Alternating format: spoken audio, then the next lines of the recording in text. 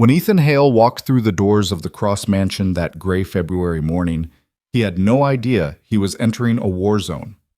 Vivian Cross, once fearless, now paralyzed and furious about it, had shattered 23 assistants in 6 months. Not fired them, broke them, made them quit. Her weapon of choice? Cruelty sharp enough to cut bone. Ethan needed this job desperately. His 7-year-old daughter needed shoes, stability, and a father who didn't look defeated every morning. Vivian took one look at this tired single dad and smiled coldly. "You'll be gone in 3 days," she promised. Ethan simply nodded. "We'll see." If you're ready to see whether Ethan survives his first week, or if Vivian finally meets someone she can't break, stay with me until the end. And if this story reaches you, hit that like button and drop a comment with your city so I can see how far our story travels today. The mansion sat on a hill like a crown nobody wanted to wear anymore. It was all glass and steel and cold white surfaces that seemed designed to reflect light, but never warmth. From the circular driveway, Ethan Hale could see straight through the floor-to-ceiling windows into a living room that looked like a museum exhibit. Pristine, expensive, untouched. The kind of place where people were supposed to admire things, not actually live with them. He stood beside his rusted Honda Civic, checking his phone one more time. The email confirmation was still there. Start date: today. Position: live-in personal care assistant. Salary: enough to cover 3 months of back rent, Lily's overdue dental work, and maybe, a winter coat that actually fit her growing arms. Ethan closed his eyes and took a breath that tasted like rain and desperation. He'd sent out 47 applications in the last 2 months. This was the only callback. And according to the employment agency, the previous assistant had lasted exactly 11 days before walking out mid-shift, leaving Ms. Cross stranded in her wheelchair in the bathroom for 2 hours until the housekeeper arrived. Professional hazard, the agency director had said with a tight smile. Ms. Cross is demanding. That was 3 days ago. Now, standing in front of this glass fortress, Ethan wondered what demanding actually meant in practical terms. He grabbed his duffel bag from the back seat. Everything he owned that mattered fit in one bag now, and started up the stone walkway. The door opened before he could knock. A woman in her 60s stood there, dressed in a simple gray uniform, her expression carefully neutral. "Mr. Hale?" "Yes, ma'am." "I'm Gloria, housekeeper. You're the new assistant." It wasn't a question. Her eyes flicked over him, taking inventory: the worn jacket, the scuffed shoes, the 5 o'clock shadow that was closer to 7. "You know what you're getting into?" "I know what the job description said." Gloria's mouth twitched. Not quite a smile, but close. "The job description lies." She stepped back, gesturing him inside. "Miss Cross is in the sunroom. I'll take you to her." The interior of the mansion was exactly what Ethan expected. Beautiful and soulless. Marble floors, abstract art that probably cost more than his car, furniture that looked like it had never been sat on. Everything was white, or chrome, or glass. It felt like walking through a high-end furniture catalog. Gloria led him through a hallway lined with photographs, or rather, where photographs used to be. Ethan could see the faint outlines on the wall where frames had once hung. Now there were just empty spaces and tiny nail holes. "She took them all down after the accident," Gloria said quietly, noticing his gaze. "Couldn't stand looking at who she used to be." They passed a kitchen that could have serviced a restaurant, a dining room with a table that seated 12, a home gym filled with equipment that looked brand new and completely unused. The house felt less like a home and more like a very expensive storage unit for broken dreams. Gloria stopped at a pair of French doors. Through the glass, Ethan could see a bright room filled with plants and natural light, and there, silhouetted against the windows, was a woman in a wheelchair. "Good luck, Mr. Hale," Gloria said. There was genuine sympathy in her voice. "You're going to need it." She opened the door and disappeared before Ethan could respond. He stepped into the sunroom. Vivian Cross sat with her back to him, facing the windows that overlooked a sprawling garden slowly surrendering to winter. Her wheelchair was sleek and expensive-looking, all black titanium and ergonomic design. She wore a silk robe that probably cost more than Ethan's monthly rent, and her dark hair was pulled back in a severe ponytail that emphasized the sharp angles of her face. She didn't turn around. "You're late," she said. Her voice was cultured, precise, and cold enough to frost glass. Ethan checked his watch. "I'm 7 minutes early, actually. If you're not here 15 minutes before your shift starts, you're late." Now she turned, and Ethan got his first full look at her. She was younger than he expected, mid-30s maybe. Beautiful in a way that seemed almost weaponized. High cheekbones, full lips, green eyes that could cut through steel. But there was something else there, too, buried beneath the perfectly composed exterior. Something raw and angry and barely contained. She studied him with the intensity of a scientist examining a specimen. "Let me guess. Single father? Behind on bills, desperate enough to take a job that 23 other people have quit." Ethan kept his expression neutral. "Something like that." "How old is your child?" 7, daughter. "Adorable." The word dripped with sarcasm. "And where is she while you're here playing nursemaid?" "With a neighbor. After-school program." Vivian wheeled forward slightly, the movement smooth and controlled. "Let me save us both some time, Mr. Hale. I am not a sweet old lady who needs help knitting. I am not your redemption project. I'm not going to smile sweetly while you talk about the power of positive thinking or the importance of gratitude." She paused, her eyes boring into his. "I am, however, very good at finding people's breaking points. The last assistant cried. The one before that threw a coffee mug at me. The one before that just stopped showing up." "Which one lasted the longest?" Ethan asked. She blinked, surprised by the question. "What?" "Of the 23. Which one lasted the longest?" A slow, dangerous smile spread across her face. 17 days. Ex-military, thought his discipline training would help. The smile widened. It didn't. Ethan nodded slowly. "Good to know. That's it? No righteous speech about how you're different? No promises that you can handle anything I throw at you?" "Would you believe me if I gave one?" Vivian laughed, a sharp, humorless sound. "No, I wouldn't." She wheeled back to her position by the window. "Your room is on the second floor, east wing. Gloria will show you. You start at 6 tomorrow morning. I take my medication at 6:15. Coffee at 6:30, black, no sugar. Breakfast at 7. Then we begin physical therapy." "What does the physical therapy involve?" "Exercises designed by my therapist, who I fired last month because she was a cheerful idiot." Vivian didn't turn around. "You'll figure it out. Or you won't. Either way, I'll give you until Friday before you quit." "Today's Monday." "I'm aware. So you think I'll make it 5 days?" "I think you'll try to make it 5 days. You need the money too badly to quit before then." She waved a dismissive hand. "Now leave. I've had enough forced interaction for 1 day." Ethan stayed where he was. "I have a question first." Vivian's shoulders tensed. "What?" "When you need help transferring from the chair to bed to the shower, wherever, what's your preferred method? Some people like the sliding board, some prefer direct lift, I prefer not needing help at all," Vivian snapped, whirling the chair around. "But since that's not an option anymore, we'll do whatever's fastest. I don't need you to be gentle. I'm not fragile." "Didn't say you were." She stared at him, something flickering in her eyes that Ethan couldn't quite read. Confusion, maybe, or suspicion. 6 a.m., she repeated. "Don't be late."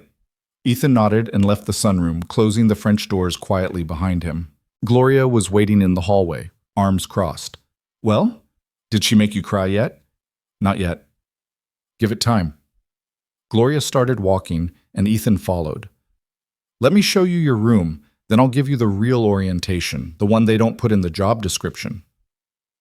The room was on the second floor, just as Vivian had said.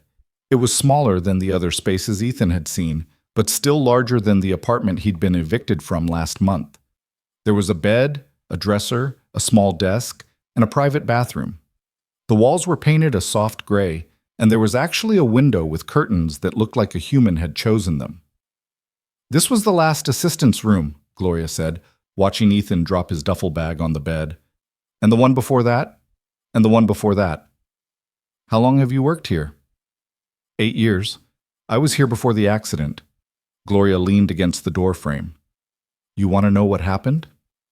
Only if she'd want me to know. Well, Gloria's eyebrows rose slightly. Interesting answer. She paused, considering. Vivian Cross was a mountaineer, not a hobbyist, a professional. She'd climbed 6 of the 7 summits by the time she was 30, had sponsorships, documentary deals, the works. She was fearless, the kind of person who looked at Everest and saw a challenge, not a death sentence. Ethan sat on the edge of the bed, listening. 2 years ago, she was climbing in the Alps. Training run, nothing major. There was an avalanche. It swept her off the mountain. Gloria's voice went quiet. She fell 40 feet before the rope caught her, broke her back in 3 places, shattered her pelvis. The doctor said she'd never walk again. But she's doing physical therapy, Ethan said. So there's hope. There's always hope. But hope and probability are different things. Gloria straightened up. The accident broke more than her body, Mr. Hale. It broke everything she thought she was. And she can't forgive herself, or anyone else, for that. Is that why she goes through assistance so fast? She goes through assistance because she wants everyone to leave before she gets attached, before she has to admit she needs them. Gloria moved toward the door. You seem like a decent man. You probably think you can help her. But I've watched 23 decent people try and fail. So let me give you some advice. Don't try to fix her. Don't try to inspire her. Just do your job and keep your head down. You'll last longer that way. She left before Ethan could respond. He sat alone in the quiet room, listening to the house settle around him. Through the window, he could see the garden, and beyond that, the city lights beginning to glow as evening approached. Somewhere down there, Lily was finishing dinner with Mrs. Chen, probably asking when Daddy would be home. Ethan pulled out his phone and typed a quick message. First day went okay. I love you, Jelly Bean. See you this weekend. The response came back almost immediately. Love you too, Daddy. He set the phone aside and lay back on the bed, staring at the ceiling. 5 days. That's how long Vivian had given him. Ethan figured he could make it 5 days. He'd survived worse. The alarm went off at 5:30. Ethan showered, dressed in the plain polo shirt and khakis that the agency had said were appropriate attire, and made his way downstairs by 5:55. The house was dark and silent except for a light coming from the kitchen. Gloria was there, already preparing coffee. She glanced up when Ethan entered. You're actually on time. Seemed important. It is, to her anyway. Gloria handed him a mug of coffee. She'll be in the dining room. Medications are in the cabinet by the refrigerator. Top shelf, orange bottles. She takes 3 in the morning, pain management, anti-inflammatory, and muscle relaxant. Make sure she actually swallows them. Last assistant let her palm the pain pills because she said they made her foggy. Bad idea. Ethan nodded, memorizing the information. Anything else? Yeah, she'll probably try to make you quit today. It's her pattern. First day, she tests boundaries. Second day, she pushes. Third day, she goes for blood. Gloria's expression was grim. Most people don't make it to day 4. Noted. He found the medications, checked the labels twice, and carried them with a glass of water to the dining room. Vivian was already there, positioned at the head of the long table, staring at her phone. She didn't look up when Ethan entered. You're late, she said. Ethan checked his watch. It's 6:14. I said 6:15 for medications. That means you should be here at 6:14 to prepare them. She finally looked up, her green eyes sharp and challenging. Or is precision too much to ask? Ethan set the pills and water on the table in front of her. My mistake. I'll be here at 6:14 tomorrow. She stared at him, clearly expecting pushback. When she didn't get it, something flickered across her face. Disappointment, maybe. She picked up the pills and examined them. Did Gloria tell you to watch me take these? She mentioned it. And did she tell you why? She said the last assistant let you skip the pain medication. The last assistant was an idiot who believed everything I said. Vivian tossed the pills back with the water, swallowing them in one practiced motion. She opened her mouth wide, lifting her tongue. See? All gone. Feel free to check my pockets next time if you don't trust me. Ethan stayed quiet, just watching. Vivian wheeled back from the table. Coffee, black, no sugar, kitchen's that way in case you forgot. He returned with the coffee, black, no sugar, exactly as requested, and set it in front of her. She took a sip, made a face, and pushed it away. It's cold. Ethan touched the side of the mug. It was hot enough to burn. It's not cold. Are you arguing with me about my own coffee? I'm telling you a fact. The coffee is hot. Vivian's eyes narrowed. I want a fresh cup, hotter. You want me to microwave this one or make a new pot? I want you to... She stopped, lips pressing into a thin line. Fine. Microwave it 20 seconds. Ethan took the mug back to the kitchen, counted to 20 in his head without actually heating anything, and returned. He set it down in front of her. She took another sip. Better. It was exactly the same temperature. They stared at each other across the table. Vivian's expression was cold, calculating. Ethan kept his face neutral. Breakfast is at 7, she finally said. I eat in here. Eggs, scrambled, slightly runny, wheat toast, lightly buttered, fresh fruit if there is any. Gloria preps everything. You just need to bring it. Understood. Then why are you still standing there? Because it's 6:20, and you said physical therapy starts after breakfast. I said we begin physical therapy. I didn't say we'd actually do any. Vivian wheeled toward the living room. I'll be on the couch. Bring breakfast when it's ready. And Mr. Hale? Yes? She glanced back over her shoulder. Try not to burn the toast. The last assistant did that 4 times in 3 days. It was pathetic. Ethan spent the next 40 minutes helping Gloria prepare breakfast while she provided a running commentary on Vivian's various requirements, preferences, and manipulative tactics. She'll tell you the eggs are wrong even if they're perfect, Gloria said, whisking said eggs in a bowl. She'll say the toast is too brown or not brown enough. She'll complain about the coffee, the temperature of the room, the way you're breathing too loud. None of it's real. She's just looking for a reaction. What kind of reaction? Any kind. Anger, frustration, hurt feelings, doesn't matter. She just wants to know she can get to you. Gloria poured the eggs into a hot pan. The ones who try to defend themselves always lose. The ones who try to be cheerful and positive, they lose even faster. She can smell forced optimism from a mile away. So what works? Gloria glanced at him while stirring the eggs. In 8 years, I've seen exactly 2 approaches that didn't completely fail. 1. Total professional detachment. Don't react, don't engage, just do the job like a robot. An assistant named Marcus lasted 12 days that way before the isolation drove him crazy. 2. Complete honesty without cruelty. Don't coddle her, don't enable her, but don't attack her either. An assistant named Sarah tried that, lasted 17 days. The ex-military one? No, different Sarah. The military guy's name was Douglas. He lasted 14 days trying to treat her like a drill sergeant would. Firm boundaries, no nonsense. She ate him alive. Gloria plated the eggs. There's your breakfast. Go see which approach you land on. Ethan carried the breakfast tray to the living room. Vivian was on the couch, positioned so she could transfer from her wheelchair easily. She was reading something on a tablet and didn't look up when Ethan set the tray on the coffee table. Put it on the side table, she said without glancing over. The side table is too high. You won't be able to reach it comfortably. Are you my occupational therapist now? No, just pointing out logistics. Vivian finally looked at him. The side table, Mr. Hale? I'll manage. Ethan moved the tray to the side table. He watched as Vivian reached for it and immediately realized what he'd already known. The angle was wrong. The height was awkward.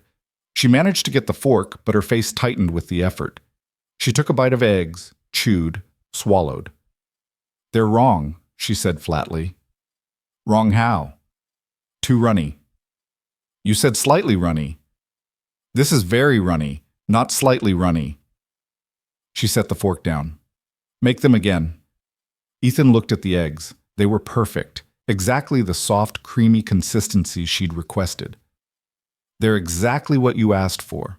I'm telling you they're wrong. And I'm telling you they're not.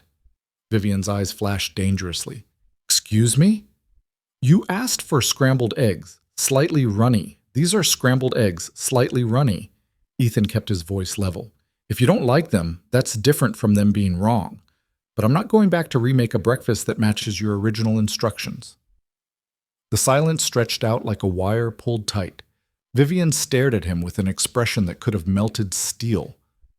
Do you know how many assistants have lasted more than a day after talking to me like that? No. 0. She smiled coldly. Pack your things, Mr. Hale. You're done. No, I'm not. Her smile faltered. I just fired you. You didn't fire me. You told me to pack my things. Ethan sat down in the chair across from her, uninvited, unprecedented. If you want me gone, you'll need to officially terminate my employment. Call the agency, fill out the paperwork, make it formal. Until then, I'm here, and I'm doing the job I was hired to do. Vivian's face went through several emotions in rapid succession: shock, anger, confusion, and something that might have been respect if she'd been capable of feeling it. You're insane, she finally said. I'm practical. I need this job. My daughter needs me to have this job. So you're going to have to do more than bark orders and insult breakfast if you actually want me to leave. I could make your life hell? You're already trying to. Another long silence. Then Vivian picked up her fork and took another bite of eggs.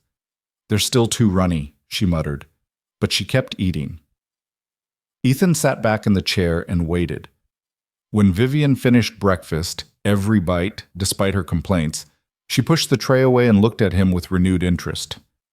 Physical therapy. Fine. You want to do your job? Let's see if you can actually handle it. She led him to the home gym, a large room filled with equipment that looked barely used. There was a weight bench, resistance bands, a set of parallel bars, and various other devices Ethan recognized from his brief research the night before. My therapist left a regimen, Vivian said, wheeling to a cabinet and pulling out a binder. She threw it at Ethan. He caught it. 30 minutes of stretching and resistance work, then 15 minutes on the parallel bars, then a series of transfers to practice maintaining balance. Ethan opened the binder and skimmed the pages. The exercises were detailed, progressive, designed to slowly rebuild strength and potentially restore some mobility. They also looked incredibly painful. When did you last do these? He asked. 3 weeks ago, before I fired the therapist. Why'd you fire her? Because she smiled too much. Vivian positioned herself near the mat on the floor. Are we doing this or are you going to stand there asking stupid questions? The next hour and a half was brutal. Vivian fought him on every exercise. She claimed the stretches were painful when Ethan knew they weren't being pushed hard enough. She said she couldn't do certain movements, then accidentally proved herself wrong. She complained about the temperature, the lighting, the angle of the mat, the way Ethan was breathing. But she did the work. Gritting her teeth, face flushed with effort, fingers trembling with strain, she did the work. When they got to the parallel bars, she refused. I'm done, she said flatly, wiping sweat from her forehead. That's enough for today. Ethan checked the binder. The regimen says 15 minutes on the bars. I don't care what the regimen says, I'm done. Why? Because I said so. Ethan closed the binder and sat down on the mat beside her wheelchair. Okay. Vivian blinked. Okay? Yeah? You're done. We'll try again tomorrow. She stared at him suspiciously. You're not going to push me? Try to inspire me with some speech about my potential? Nope. Why not? Because you just worked harder than you have in 3 weeks. Pushing you past that right now would be stupid. Ethan stood up. Besides, the point isn't to force you to walk. The point is to maintain what function you have and maybe build on it. You're not going to do that if I treat every session like a battle. Vivian's expression was unreadable. The therapist always pushed the bars. And you fired her. Because she was annoying. Or because she treated you like a project to complete instead of a person doing hard work. Ethan picked up the binder. Same time tomorrow? For a moment, Vivian just looked at him. Then she nodded slowly. Same time tomorrow. The rest of the day followed a similar pattern. Vivian testing, pushing, prodding, looking for weakness, for anger, for any crack she could exploit. Ethan didn't give her one. When she complained about lunch, he offered to make something different, but didn't apologize for the original meal. When she demanded he reorganize her medications, he did it, but asked her to confirm the new system so they were both clear. When she accidentally knocked over a glass of water, he cleaned it up without comment and brought her a new one. By dinner, Vivian looked exhausted and frustrated. You're not normal, she said as Ethan brought her evening medications. Normal people get angry. Normal people push back or break down or storm out. I'm not normal people. Clearly. She took her pills, not bothering with the performative mouth check this time. Why do you need this job so badly? Gloria said you're a single father. What happened to the mother? The question landed like a punch. Ethan's face remained neutral, but something in his eyes shifted. She died. How? Cancer. Aggressive. She fought for 18 months. Lily was 5 when we lost her. Vivian's expression flickered. Guilt, maybe, or recognition of shared pain. I'm sorry. So am I. Ethan collected her dinner dishes. Will you need help transferring to bed tonight, or can you manage? She watched him for a long moment. I can manage. Then I'll see you at 6:14 tomorrow. Mr. Hale? He paused at the door. You survived day 1, Vivian said quietly. That's further than I expected. Ethan looked back at her. I told you I'd see you Friday. We'll see, Vivian echoed his words from the morning. But there was something different in her tone now. Less certainty, less control. Ethan went to his room, called Lily, and spent 30 minutes listening to her talk about school and playground drama and the spelling test she'd aced. After they hung up, he lay in bed and stared at the ceiling. 1 day down, 4 to go. At least according to Vivian's timeline. Ethan was starting to think he might surprise her. The next 3 days were a carefully choreographed war. Vivian escalated. She threw a bottle of water at the wall just inches from Ethan's head. She refused to eat breakfast until he'd remade it 3 times. She demanded medication at random hours, then claimed she'd already taken it when she hadn't. She insulted his clothes, his haircut, his pathetic car that she could see from her window. Ethan didn't bite. He cleaned up the water without commenting on where it landed. He made breakfast 3 times and then calmly explained he wouldn't make it a 4th, so she could eat what was there or skip the meal entirely. He kept detailed logs of medication times, so when she claimed she'd taken her pills, he could show her the written record. When she insulted his car, he just said, "Yeah, it runs though," and moved on. The physical therapy sessions were where things got intense. On day 3, Vivian finally attempted the parallel bars. She gripped the rails with white-knuckled hands and pulled herself up, not to standing, but to a position where her legs were supporting some of her weight. She held it for 5 seconds before her arms gave out and she dropped back into the wheelchair. She immediately wheeled away from the bars, her face flushed, breathing hard. That's enough. That was good, Ethan said. Don't. Don't what? Don't patronize me with fake encouragement. Vivian's voice was sharp. 5 seconds is nothing. It's pathetic. 5 seconds is 5 seconds more than you've done in 3 weeks. That's not patronizing. That's mathematics. She glared at him. I used to climb mountains. I know. I used to carry 60-pound packs up vertical cliffs. I know. And now I can't even hold myself up on a rail for 10 seconds. Her voice cracked slightly. So don't tell me 5 seconds is good. Ethan pulled up a chair and sat down in front of her. You're right. 5 seconds isn't good compared to who you were before. But that's not the comparison that matters. The comparison that matters is 5 seconds today versus 0 seconds yesterday. That's the only measurement that's real right now. Vivian's jaw tightened. I don't want to hear this. I know, but you're going to anyway. Ethan leaned forward slightly. You can spend every day comparing yourself to the person you were before the accident, and you'll lose every single time. Or you can start comparing yourself to who you were yesterday. That's the only race you can actually win. You sound like a greeting card. Maybe. But I'm also right. They stared at each other. Vivian's eyes were bright. With anger, frustration, or unshed tears, Ethan couldn't tell. Tomorrow, she finally said, her voice tight. We'll try again tomorrow. Okay. She wheeled past him toward the door, then stopped. Mr. Hale? Yes? It's Thursday. Ethan smiled slightly. I know. You've made it 4 days. I have. Vivian glanced back over her shoulder. You're more stubborn than I gave you credit for. I have a 7-year-old daughter. Stubbornness is a job requirement. For the first time since Ethan had met her, Vivian's expression softened. Just a fraction, just for a moment. Then the mask was back. Tomorrow, 6:14. I'll be there. That night, alone in his room, Ethan allowed himself to feel the weight of the past 4 days. His shoulders ached from helping Vivian transfer. His jaw hurt from keeping his expression neutral through dozens of provocations. His heart was heavy with the constant reminders of loss, hers and his own. But he'd made it 4 days, and tomorrow would be Friday. Friday morning arrived cold and gray with rain tapping against the windows like nervous fingers.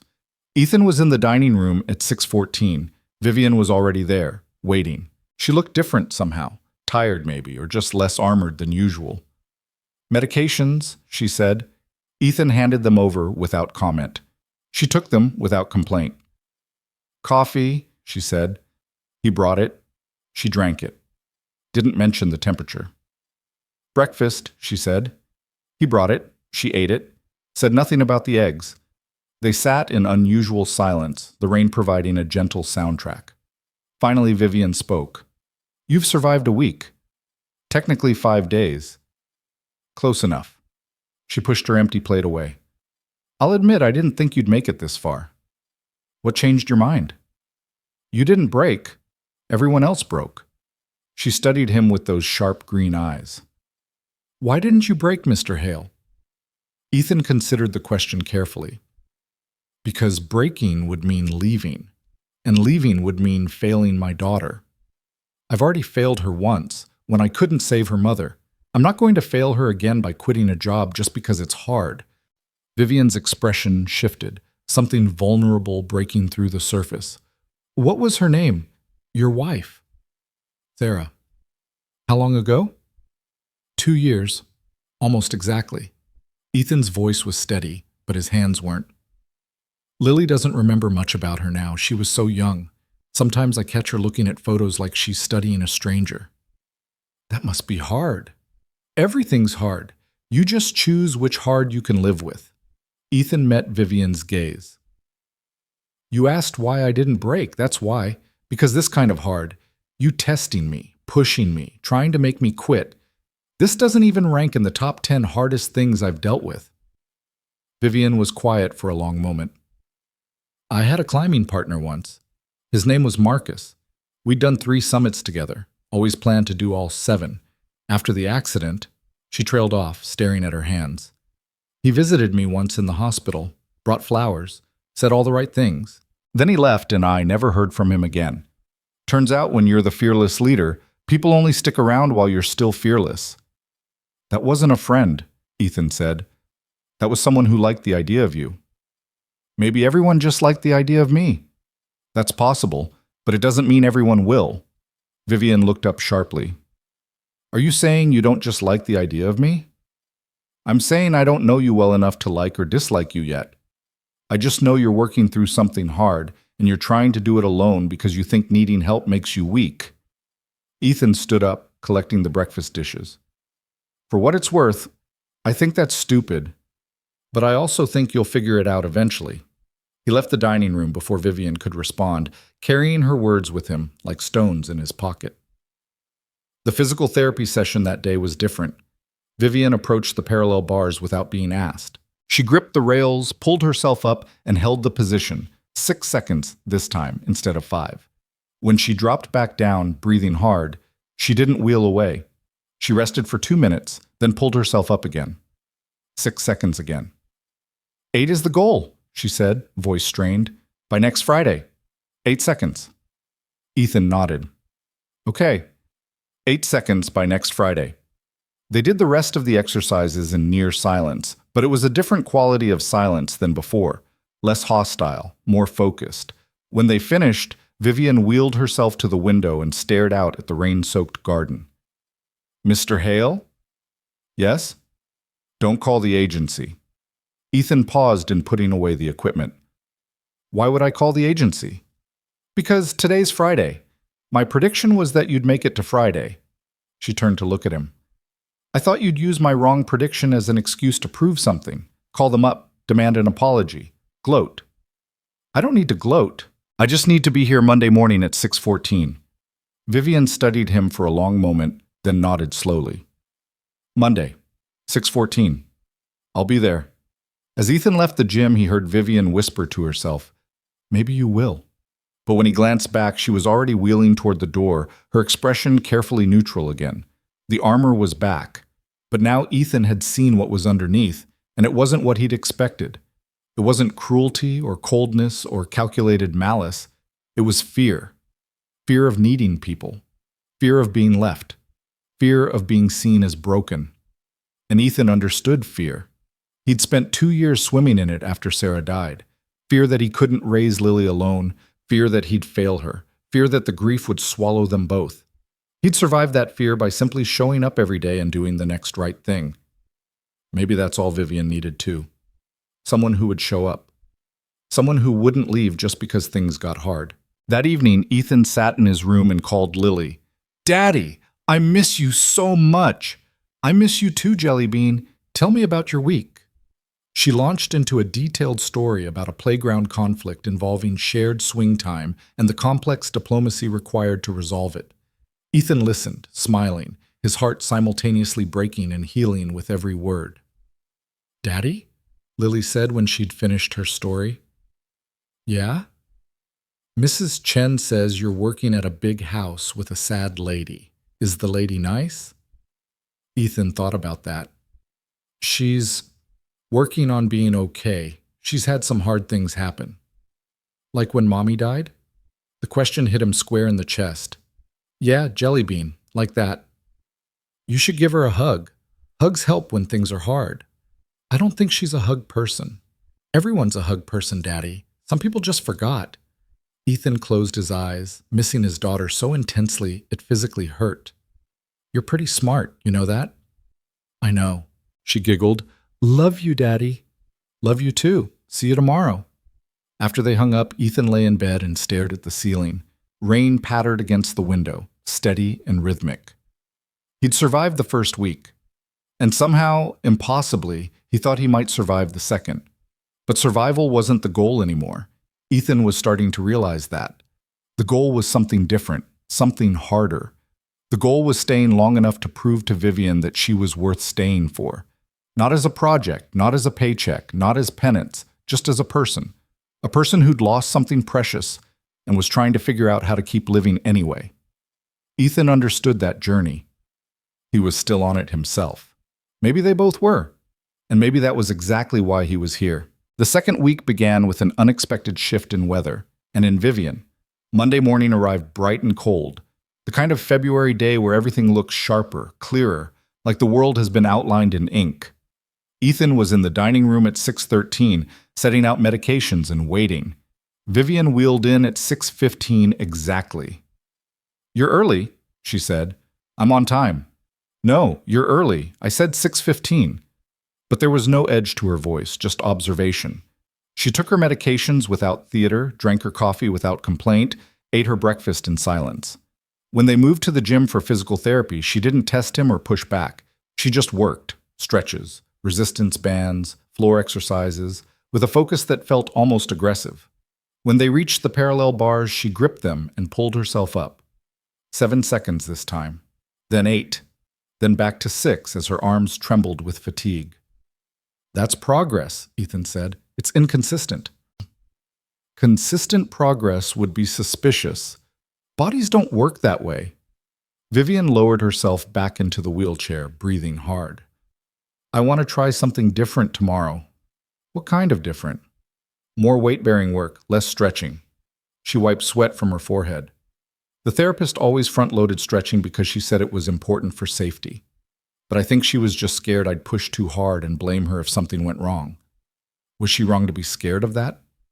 Vivian's lips twitched, not quite a smile, but close. "Probably not. But I'm asking you, not her.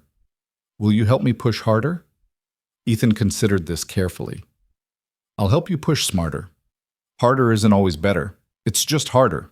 But if you want to adjust the regimen, we can do that. With parameters." Parameters. You tell me honestly when something hurts in a bad way versus a challenging way. You don't hide pain to prove a point. And if I say we're done for the day, You listen. He met her gaze steadily. Those are the terms. Vivian studied him, something calculating in her expression. Then she nodded. Agreed. Then we'll try your approach tomorrow, but today we finish the regular routine. She didn't argue, which felt like its own kind of victory. The days began to develop a rhythm. 6:14, medications, breakfast, therapy, lunch, afternoon rest, dinner, evening routine. It was predictable in a way that should have been boring, but somehow wasn't.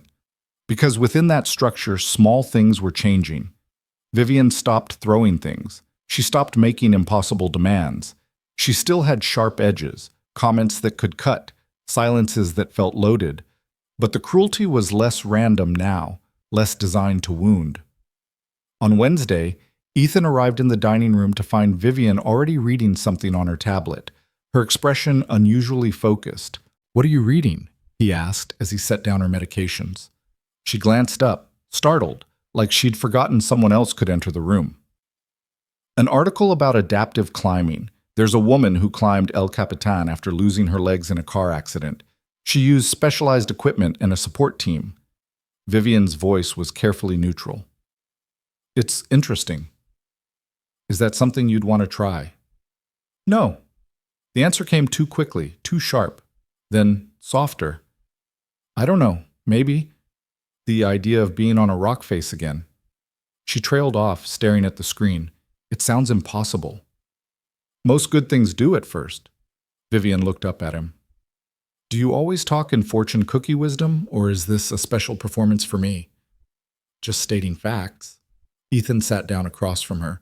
This had become routine now, these shared breakfasts. When Sarah got sick, the idea of raising Lily alone sounded impossible. The idea of getting through a single day without breaking down sounded impossible. But you do one impossible thing, then another, and eventually you realize impossible just means really hard. That's different. How? Because you had to do it. You didn't have a choice. Neither do you, Ethan said quietly. You can choose to stay stuck, or you can choose to move forward, but you can't choose to go back to who you were before. That option doesn't exist anymore. Vivian's face tightened. You think I don't know that? I think you know it intellectually, but emotionally, you're still fighting it. He gestured at the tablet. Reading about adaptive climbing is good. It means part of you is looking forward instead of backward, but another part of you is terrified of trying and failing, so you tell yourself it's impossible before you even start. And what makes you such an expert on what I'm thinking? Because I did the exact same thing after Sarah died. Ethan's voice was steady, but his eyes held old pain. I told myself I couldn't be both mom and dad to Lily. I told myself I'd screw it up, that she'd be better off with my sister or Sarah's parents. I had 100 reasons why I couldn't do it, and every single one of them was just fear wearing a logical costume. Vivian was quiet for a long moment. What changed your mind? Lily did. She was 6 years old, and she looked at me one morning and said, Daddy, I'm sad, but I'm not broken. Are you broken? And I realized she was asking me to choose, stay broken, or choose to heal. He paused. I chose to heal. Not because I wasn't scared, but because she deserved a father who was willing to try. I don't have a 6-year-old to inspire me. No, but you have yourself, and that's enough if you let it be. Vivian stared at him, her expression unreadable. Then she pushed the tablet away. Eat your breakfast, Mr. Hale. You're getting philosophical before caffeine, and it's concerning. But Ethan noticed she didn't close the article. Thursday's therapy session was brutal in the best way. Vivian had mapped out a new routine, more time on the bars, added resistance work, exercises that challenged her core stability. Ethan adjusted some of her more aggressive ideas, but let her push boundaries in ways that felt calculated rather than reckless. She held herself on the parallel bars for 10 seconds, then 12, then crashed back to 8 as exhaustion set in. But the fire in her eyes was different now, less rage, more determination. I want to try standing, she said suddenly. Ethan looked up from where he was logging her progress. Standing? Not walking, just standing, full weight bearing, even if it's only for a second. Her jaw was set. I need to know if I can do it. Your therapist's notes say you're not ready for that yet. My therapist isn't here, you are. Vivian wheeled closer to the bars. And before you give me a speech about safety, I'll sign whatever liability waiver you want. I just need to try. Ethan considered this. The medical note said Vivian had some sensation in her legs, incomplete spinal injury, potential for partial recovery, but no guarantees. Standing was a milestone, but it was also a risk. If she couldn't do it, if her legs buckled completely, it could shatter the fragile progress she'd been building. But if she could do it... One attempt, Ethan said. I'll be right behind you for support. And if your legs start to give way, you don't fight me. You let me catch you. Agreed? Agreed. They positioned her at the bars.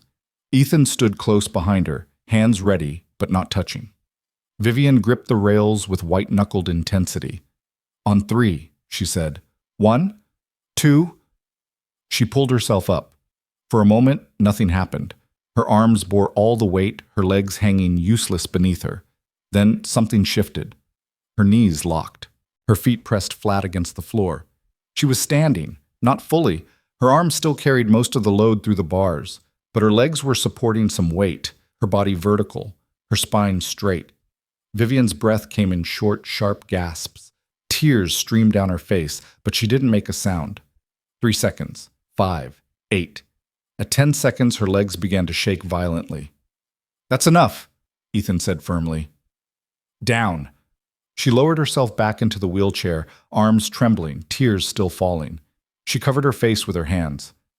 I did it, she whispered. I actually did it. You did. I was standing. You were. Vivian dropped her hands, her face wet and red and completely unguarded. I thought I'd never stand again. The doctors said, they said probably not, that I should prepare for permanent paralysis. And I just stood. You did. She laughed, a broken, watery sound that might have been a sob. Why aren't you more excited? I just stood for the first time in 2 years and you're acting like it's no big deal. It's a huge deal. Ethan knelt down so they were eye level. But I'm not surprised. You've been working toward this for weeks, whether you knew it or not. Every stretch, every exercise, every second on those bars, it was all building to this. Vivian wiped her eyes, trying to compose herself. The last assistant would have made a speech, talked about miracles and perseverance, and I'm not interested in miracles. I'm interested in work paying off. Ethan stood. You did the work. This is the result. Be proud of that. She stared up at him, something shifting in her expression. You're a very strange man, Mr. Hale. So I've been told. That evening, Vivian asked Ethan to eat dinner with her, not as part of his duties, but as something else. What exactly neither of them seemed ready to name. They sat in the dining room, the long table feeling less cavernous with both of them there. Gloria had prepared chicken marsala, and for once Vivian didn't pick at her food or complain about temperature or seasoning. She just ate. Tell me about Lily, Vivian said suddenly. What's she like? Ethan smiled. She's 7 going on 40, smart as hell, stubborn as a mule, and completely fearless about things she should probably be cautious about. Like her father? Like both her parents, I think. Sarah was a teacher, 3rd grade. She had this way of making every kid feel like they were capable of anything. Lily got that from her. His smile turned sad. She also got Sarah's laugh. Sometimes I hear it and forget for a second that Sarah's gone. Vivian was quiet, pushing food around her plate. Do you have pictures? Ethan pulled out his phone and scrolled to his photos. He handed it to Vivian. She looked at the screen, a photo of Lily at a park, hanging upside down from monkey bars, grinning at the camera. She looks happy. She is. Most days. Ethan took the phone back. Some days are harder. Anniversaries, Mother's Day, random Tuesdays when something reminds her that other kids have moms and she doesn't, but she's resilient. You're lucky. I know. Vivian met his eyes. I didn't mean that cruelly. I meant you're lucky to have someone who makes you want to keep going. Some of us don't have that. You could. Could what? Have people who make you want to keep going. Ethan set his fork down. Gloria's been here 8 years. She hasn't left. That means something. Gloria's paid to be here. She's paid to housekeep. She's not paid to check on you at night when you can't sleep, or to make your favorite foods when you're having a bad day, or to defend you to every new assistant who asks if you're really as difficult as they've heard. Ethan leaned forward slightly. You have people. You just don't let yourself see it. Vivian's jaw tightened. You don't know what it's like to go from being someone people admired to someone they pity, from being strong to being human? Broken. Those aren't the same thing, aren't they? Vivian's voice rose. I can't climb anymore. I can't walk without help. I can't even get out of bed some mornings without calling for assistance. How is that not broken? Because broken means unfixable. You're not unfixable. You're just different now. Ethan kept his voice calm. And different isn't the same as less than. Vivian stared at him, her eyes bright with unshed tears. You make it sound so simple. It's not simple. It's the hardest thing in the world, but it's also true. She looked away, her throat working. I should transfer to the couch. I'm tired. Ethan stood and helped her transfer, a process that had become smooth with repetition, her body and his working together without needing discussion. When she was settled on the couch, he moved to leave. Mr. Hale? He paused. Thank you, Vivian said quietly. For today. For not making a big deal out of it, but also for understanding that it was one. You're welcome. And Mr. Hale? You can call me Vivian. We're past the point of formality. Ethan nodded. Then you should probably call me Ethan. A small smile touched her lips, the first real one he'd seen. Good night, Ethan. Good night, Vivian. Friday brought an unexpected complication. Ethan woke to his phone buzzing at 5 a.m. He grabbed it groggily, saw Mrs. Chen's name on the screen, and felt his heart drop. Mrs. Chen? Is everything okay? Ethan, I'm so sorry to call this early. It's my daughter. She's in labor, 3 weeks early. I need to drive to Sacramento right away. I can't watch Lily today. Ethan sat up, fully awake now. Is your daughter okay? She's fine. The baby's fine, but I need to be there. Can you find someone else to watch Lily? Ethan ran through options in his head. His sister was in Portland. Sarah's parents were in Phoenix. Every other backup had fallen through over the past few months as his job situation became increasingly unstable. I'll figure something out, he said. Thank you for calling, and congratulations on the grandbaby. After Mrs. Chen hung up, Ethan sat in the dark room and tried to think. It was Friday. Lily didn't have school, and the after-school program was closed. Every daycare he'd contacted had waiting lists. Every babysitter he knew was either unavailable or too expensive, which left exactly one option. At 6:14, Ethan walked into the dining room with medications, coffee, and a problem he had no idea how to solve. Vivian took one look at his face and frowned. What's wrong? Nothing. Everything's fine. You're a terrible liar. She took her pills and fixed him with that sharp green gaze. Tell me. Ethan hesitated, then decided honesty was simpler than evasion. My neighbor who watches my daughter just called. Family emergency. She has to leave town today, and I don't have backup childcare. So call the agency. Take the day off. I can't. I've only been here 2 weeks. I can't start asking for days off already. Vivian was quiet for a moment, studying him. How old did you say your daughter is? 7. And what's she like? Smart, energetic, talks a lot. Ethan rubbed his face. I'll figure something out. I just need to make some calls. Or, Vivian said slowly, you could bring her here. Ethan looked up sharply. What? Bring her here. For the day. Vivian's expression was carefully neutral. This house is too big for 2 people anyway, and Gloria will be thrilled. She's been complaining about how quiet it is since her grandkids moved to Portland. Vivian, I can't. Why not? You live here. You work here. Presumably your daughter won't burn the place down or steal the silverware. She raised an eyebrow. Unless there's something you haven't told me about her. No, she's great, but you think I can't handle a 7-year-old because I'm in a wheelchair? No, I think you told me on day 1 that you don't like kids.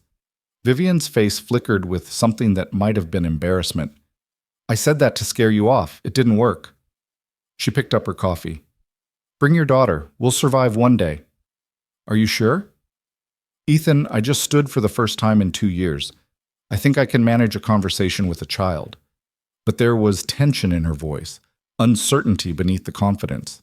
Still, it was a solution, and Ethan was out of alternatives. Okay, he said. Thank you. I'll go pick her up after breakfast. Vivian nodded, then turned her attention to her tablet. But Ethan noticed her hand was shaking slightly as she scrolled. An hour later, Ethan pulled up to Mrs. Chen's apartment with his stomach in knots. He'd texted Lily to explain the situation, but 7-year-olds weren't always great with sudden changes in routine. Lily burst out the front door before he could even get out of the car, backpack bouncing on her shoulders, her face lit up with excitement. Daddy, Mrs. Chen said I get to see where you work. Is it really a castle? It's a mansion, Jellybean, not quite a castle. Close enough? She climbed into the car and buckled herself in with practiced efficiency. Is the sad lady there? Ethan's heart squeezed. Her name is Vivian, and yes, she's there. But Lily, I need you to listen carefully, okay? Lily's face became serious, her listening face, Sarah used to call it. Okay, Daddy. Vivian is going through some hard things right now. She was in an accident and she uses a wheelchair. Sometimes that makes her feel frustrated or sad, so I need you to be patient and kind even if she seems grumpy. Can you do that? Like how Grandpa was grumpy after his hip surgery? Exactly like that, Lily nodded solemnly. I can do that. I'm very good at being patient. Ethan smiled despite his anxiety. I know you are. The drive back to the mansion felt too short. Ethan's mind raced with worst-case scenarios. Vivian would hate having Lily there. Lily would accidentally say something that hurt Vivian's feelings. The fragile progress they'd made would shatter under the weight of this disruption. But when they pulled up to the mansion, Lily's gasp of wonder made him forget his worries for a moment. Daddy, it's huge. I know. Can I explore? After you meet Vivian, and only where I tell you it's okay. They walked to the front door together, Lily practically vibrating with excitement. Gloria opened the door, took one look at Lily, and her entire face transformed into a smile. Well, hello there, you must be Lily. That's me. Are you the housekeeper? Daddy says you make really good food. Gloria laughed, a genuine, delighted sound. Your daddy is very kind. Come in, sweetheart. Miss Vivian is in the sunroom. Ethan felt his daughter's hand tighten in his as they walked through the house. Lily's eyes were huge, taking in every detail, the marble floors, the art, the sheer size of everything. They reached the sunroom. Vivian was by the window in her wheelchair, staring out at the garden. She turned when they entered, and her expression went carefully blank. Ethan watched as Vivian and Lily sized each other up, two forces of nature assessing each other. Then Lily stepped forward and held out her hand. Hi, I'm Lily. My daddy says you're going through hard things and I should be patient and kind. I'm really good at both of those. Vivian blinked, clearly caught off guard. She shook Lily's hand. Hello, Lily. I'm Vivian. You have a pretty name. It sounds like a queen's name. Lily tilted her head, studying Vivian with the brutal honesty of children. Daddy says you use a wheelchair. Does it go fast? Lily, Ethan started, but Vivian held up a hand. It can go fairly fast, yes. Cool. My friend Tommy has a wheelchair, and he does wheelies in it. Can you do wheelies? I haven't tried. You should. Tommy says wheelies make everything better. Lily dropped her backpack on the floor. Can I see your house? Daddy says it's really big. Vivian glanced at Ethan, something uncertain in her eyes. He gave her a small nod. Your call. She turned back to Lily. I suppose a tour wouldn't hurt, though it's not really my house. I'm just renting it. That's okay. Daddy and I rent our apartment too. Well, we used to. Now we're kind of in between places. Lily said this with the matter-of-fact tone of someone who'd learned to accept instability. Where should we go first? And just like that, Vivian found herself giving a tour of the mansion to a 7-year-old who asked approximately 40 questions per minute and somehow managed to make even the most mundane rooms sound like adventures. Ethan followed at a distance, watching this impossible interaction unfold. In the library, Lily announced that it looked like Belle's library from Beauty and the Beast, but with fewer singing candlesticks. In the gym, she asked if Vivian could lift weights with her arms, then flexed her own tiny biceps to demonstrate proper form. In the garden, accessed through a ramp that had been installed after the accident, Lily declared that the bare winter trees were just sleeping, not dead, and that they'd be beautiful again in spring. And through it all, Vivian's carefully constructed armor began to crack. Not all at once, not dramatically, but in small moments. A reluctant smile at one of Lily's terrible jokes. A genuine laugh when Lily tripped over absolutely nothing and declared the floor sneaky. A softness in her eyes when Lily asked, with perfect 7-year-old sincerity, if being in a wheelchair was scary. Sometimes, Vivian admitted. They were back in the sunroom now, Lily sitting cross-legged on the floor while Vivian sat in her chair. Not because of the wheelchair itself, but because of what it represents. What does it represent? Change. Loss. Being different from who I used to be. Lily considered this seriously. My mommy died. That was a big change too. Daddy says I'm allowed to be sad about it, but I'm not allowed to let it make me mean. Vivian's breath caught. Your mother passed away? Yeah, when I was 5. I don't remember her as much as I want to. Lily's voice was matter-of-fact, but her eyes were sad. Daddy says that's okay, that we keep her in our hearts even if we can't remember everything. But sometimes I worry I'll forget her completely. I'm very sorry for your loss, Vivian said quietly. Thank you. Daddy says saying sorry is important. Lily pulled her backpack over and started rummaging through it. I like to draw when I'm sad. Do you want to see my pictures? Before Vivian could respond, Lily had pulled out a rumpled stack of papers covered in crayon drawings. She held up the first one. This is Mommy. I drew her from photos because I don't really remember what she looked like in real life. Daddy says I got her smile right. The drawing was crude but heartfelt, a stick figure with long hair and a wide smile, holding hands with a smaller stick figure. Lily flipped to the next picture. This is me and Daddy. We're going to the park. See the swings? Then another. This is our old apartment. It had a red door. I like that door. And another.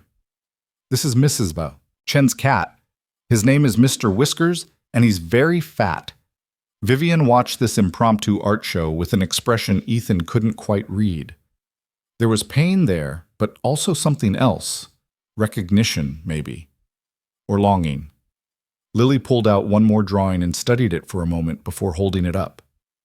This one's new. I drew it this morning while Mrs. Chen was packing. The drawing showed a castle, or rather, a child's interpretation of one. It had towers and windows and a big front door. In one of the windows was a figure in a wheelchair. Next to the wheelchair was a dragon, bright purple, with friendly eyes. That's you, Lily said, pointing to the wheelchair. And that's your dragon. Everybody needs a dragon because dragons are brave and loyal and they help carry you when you can't walk. Well, not real dragons, but like people who are dragon-like. Daddy's my dragon. He carries me when things are heavy. She held out the drawing to Vivian. You can have this one if you want, since you're letting me visit your castle. Vivian took the drawing with shaking hands. She stared at it for a long moment, her throat working, her eyes bright. Lily, she finally said, her voice rough. This is the nicest gift anyone has given me in a very long time. Thank you. Lily beamed. You're welcome. Do you want to see me do a cartwheel? I've been practicing. And without waiting for an answer, she executed a lopsided cartwheel in the middle of the sunroom, nearly knocking over a plant. Vivian laughed, a real, genuine laugh that filled the room with warmth. Ethan, standing in the doorway, felt something shift in his chest. This wasn't what he'd expected. This wasn't controlled or planned or safe. This was real. The rest of the day unfolded like a fever dream. Lily helped Gloria make lunch, chattering about school and friends and the science project she was working on about butterflies. Vivian sat at the kitchen counter, a room she normally avoided, and listened to this stream of consciousness monologue with something approaching fascination. After lunch, Lily announced that Vivian needed to do physical therapy. How do you know about physical therapy? Vivian asked. Daddy told me in the car. He said you're working really hard to get stronger. Lily crossed her arms, looking remarkably like a tiny drill sergeant. You can't skip it just because I'm here. Tommy says skipping therapy makes your muscles sad. Vivian glanced at Ethan, who shrugged helplessly. She's not wrong. Fine, Vivian said, but you're not watching. Why not? Is it secret? It's boring. I like boring things sometimes. Daddy says I have a very patient personality when I want to. Somehow, Lily won the argument. She sat on a chair in the gym, swinging her legs and providing commentary while Vivian worked through her exercises. Your arms are really strong, like She-Ra. That's good, Vivian. You held that for so long. Ooh, that one looks hard. Do you want me to count? I'm very good at counting. And when Vivian attempted the parallel bars, her first time with an audience beyond Ethan, Lily stopped talking completely. She watched with wide eyes as Vivian gripped the rails and pulled herself up. 8 seconds. 10. 12. Vivian lowered herself back down, breathing hard. Lily erupted in applause. You were standing! That was so cool! Vivian wiped her forehead, trying to hide a smile. It wasn't that impressive. Yes, it was. You lifted yourself up with just your arms. I can't even do one pull-up. Lily hopped off her chair and ran over. Does it hurt? Sometimes. When I hurt, Daddy says to breathe through it, like this. Lily demonstrated an exaggerated breathing technique that was part yoga, part hyperventilation. I'll keep that in mind, Vivian said, and this time she didn't hide the smile. That evening, after dinner, which they all ate together, Gloria included, Lily started to fade. The excitement of the day caught up with her, and she curled up on the couch in the living room, fighting to keep her eyes open. Daddy, can we stay here tonight? She mumbled. It's so far to drive back. Lily, we can't just invite ourselves. She can stay, Vivian said quietly. She was in her wheelchair next to the couch, her expression soft. You both can. There are plenty of rooms, and frankly, she paused, choosing her words carefully. It's been nice having people here, hearing laughter. Ethan met her eyes. Are you sure? I'm sure. Lily perked up slightly. Can I sleep in a fancy room with a big bed? You can sleep in whatever room you want, Vivian said. Within reason. Yay! Lily's energy returned in a burst. Can Vivian help me pick one? Vivian looked startled. I suppose so. And so they embarked on another tour, this time of the second-floor bedrooms. Lily rejected 3 rooms before finding one she declared perfect. A corner room with windows on 2 walls and a bed she proclaimed bouncy enough. While Ethan got Lily settled for bed, Vivian waited in the hallway. When he emerged from the room, she was staring at Lily's drawing, which she'd brought upstairs with her. She's remarkable, Vivian said softly. Your daughter. She is. She's been through so much, lost her mother, lost stability, watched you struggle, and she's still... Vivian gestured helplessly at the drawing. She's still this bright, this kind. How? Because she doesn't know any other way to be. Ethan leaned against the wall. And because I've tried to teach her that hard things don't have to make you hard. I don't know how to be around that kind of openness, that kind of light. You did fine today. Did I? Vivian looked at him, vulnerability written across her face. Because it felt terrifying. She just walked in and decided we were going to be friends, and I didn't know how to say no. And then she gave me this. She held up the drawing, and I wanted to cry because nobody has looked at me and seen anything worth drawing in 2 years. That's not true. Gloria sees you. I see you. You're paid to see me. That's not why I see you. Ethan pushed off the wall. I see you because you're worth seeing. Today proved that. Vivian's eyes glistened. She asked me if being in a wheelchair was scary, and I told her the truth, that I was scared of what it represented. I've never said that out loud before. Maybe you needed someone who wouldn't judge you for the answer. Maybe. Vivian carefully rolled the drawing and held it against her chest. Ethan, I need to tell you something. What? I've been terrible to you, to everyone. I've been cruel and manipulative, and I've tried to make you quit because it was easier than admitting I needed help. Her voice shook. But you stayed. And today, when you could have used this disruption as an excuse to leave, you didn't. You brought your daughter into my mess, and she somehow made it better. She has that effect on people. No, you have that effect. She learned it from you. Vivian met his eyes. I don't know how to do this. I don't know how to be around people who don't treat me like I'm fragile or frustrating or a project to fix. But I want to try. Ethan felt his chest tighten. Then try. It's that simple. It's that simple. And that complicated. He smiled slightly. But yes, just try. Vivian nodded, still clutching the drawing. Your daughter said everyone needs a dragon, someone who carries you when you can't walk. She looked up at him. I think you might be my dragon, Ethan Hale. Then I guess you're stuck with me. Good, Vivian said softly. I think I'm finally okay with that. They stood in the quiet hallway, the sound of Lily's soft breathing drifting from the bedroom. Outside, the city lights glowed against the dark sky. Inside, something was shifting, something neither of them had names for yet, but both of them could feel. The mansion felt different now, less like a mausoleum and more like a home. And for the first time in 2 years, Vivian Cross felt something she'd thought was gone forever. Hope. The next morning brought a moment Ethan would remember for the rest of his life. He woke to voices drifting down the hallway, one high and bright, the other lower and hesitant. He pulled on yesterday's clothes and followed the sound to the kitchen, where he found Lily sitting on the counter while Vivian, still in her wheelchair, attempted to crack eggs one-handed into a bowl. No, like this, Lily was saying, demonstrating with invisible eggs. You gotta tap it gentle first, then pull it apart. Mrs. Chen taught me. I used to know how to cook, Vivian muttered, staring at the egg in her hand like it was a puzzle she'd forgotten how to solve. I've made breakfast on 4 continents. Now I can't remember the last time I cracked an egg. That's okay. I forget stuff too, like where I put my homework or if I already brushed my teeth. Lily swung her legs cheerfully.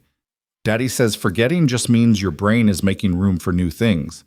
Vivian glanced toward the doorway and caught sight of Ethan. Something flickered across her face. Embarrassment, maybe, at being caught in this domestic moment.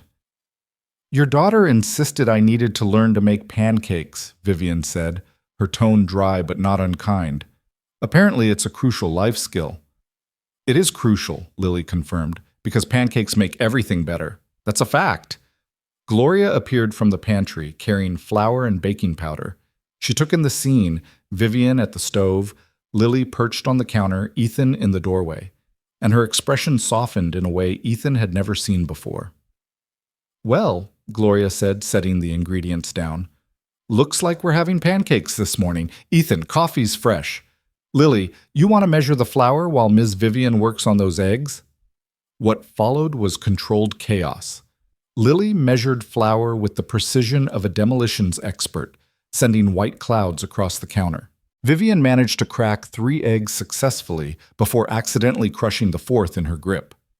Gloria orchestrated the whole operation with the calm efficiency of someone conducting a symphony, and Ethan stood back and watched as the woman who'd spent 6 months destroying assistants learned to make pancakes with his 7-year-old daughter.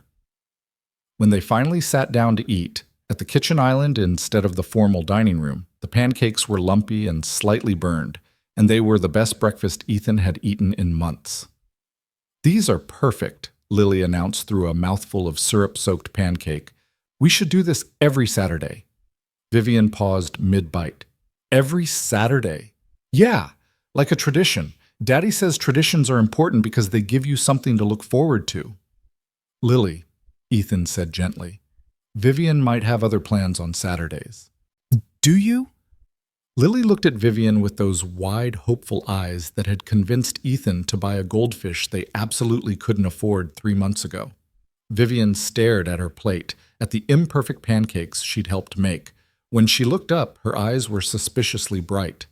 No, I don't have other plans. Then it's settled. Lily clapped her hands. Saturday pancakes. We can make different kinds too. Chocolate chip, blueberry, banana. Let's master plain ones first, Gloria interjected, but she was smiling. After breakfast, Lily asked if she could see the garden again. Ethan started to say yes, but Vivian spoke first. I'll take her, if that's all right. Ethan must have looked surprised because Vivian's expression turned defensive. What? I'm perfectly capable of supervising a child in a garden. I know, Ethan caught himself. Yeah, that would be great. I need to make some calls anyway. He watched from the kitchen window as Vivian wheeled down the ramp into the garden, Lily skipping alongside her. The morning sun caught in Lily's hair, making it look almost gold. Vivian pointed at something, probably explaining about the sleeping trees, and Lily nodded seriously, then launched into what was clearly a very detailed story based on her animated hand gestures. She's good for her, Gloria said quietly, coming to stand beside Ethan. Your daughter. Or Vivian's good for her. Hard to tell which way the help is flowing. Maybe it flows both ways. Gloria wiped her hands on a dish towel. I've worked for Ms. Cross for 8 years. I've seen her angry, depressed, cruel, broken. But this morning, making pancakes with a 7-year-old? That's the first time I've seen her look anything close to content. Ethan's chest tightened. She's changing, not just physically, something deeper. You're changing her. I don't think I am. I think she's just finally ready to change. Gloria gave him a long look. You're a good man, Ethan Hale, and you're exactly what she needed, even if she'd never admit it. Outside, Lily had apparently found something fascinating on the ground. A rock, probably. Or maybe a bug. She held it up for Vivian's inspection. Even from this distance, Ethan could see Vivian lean forward with genuine interest, examining whatever treasure Lily had discovered. His phone buzzed. A text from Mrs. Chen. Baby arrived. 7 pounds, healthy boy. Won't be back until next week. Can you manage? Ethan stared at the message. A week. He'd need to figure out care for Lily for an entire week, and he'd already used his one miracle by bringing her here yesterday. He was typing a response when another text came through, this one from Vivian. Lily wants to know if she can stay until her babysitter returns. I'm okay with it if you are. Ethan read the message 3 times. Then he looked out the window again. Vivian had her phone in her lap, waiting. Even from here, he could see the tension in her shoulders, the fear of rejection, of having asked for too much. He typed back, Are you sure? It's a week, not a day. The response came immediately, I'm sure. This house could use the noise. Then, a moment later, and I could use the company, if that's not too pathetic to admit. Ethan felt something crack open in his chest. He typed, It's not pathetic. And yes, thank you. When he looked up, Vivian was reading his message. Her shoulders relaxed. She said something to Lily, who immediately launched into what looked like a victory dance right there in the garden. Well, Gloria said, still watching from beside him. Looks like we're having a house guest. Looks like. Good. I'll make up the room properly, and I'll need to go shopping. A 7-year-old requires different groceries than 2 adults and a housekeeper. She paused. This is good, Ethan. For all of you.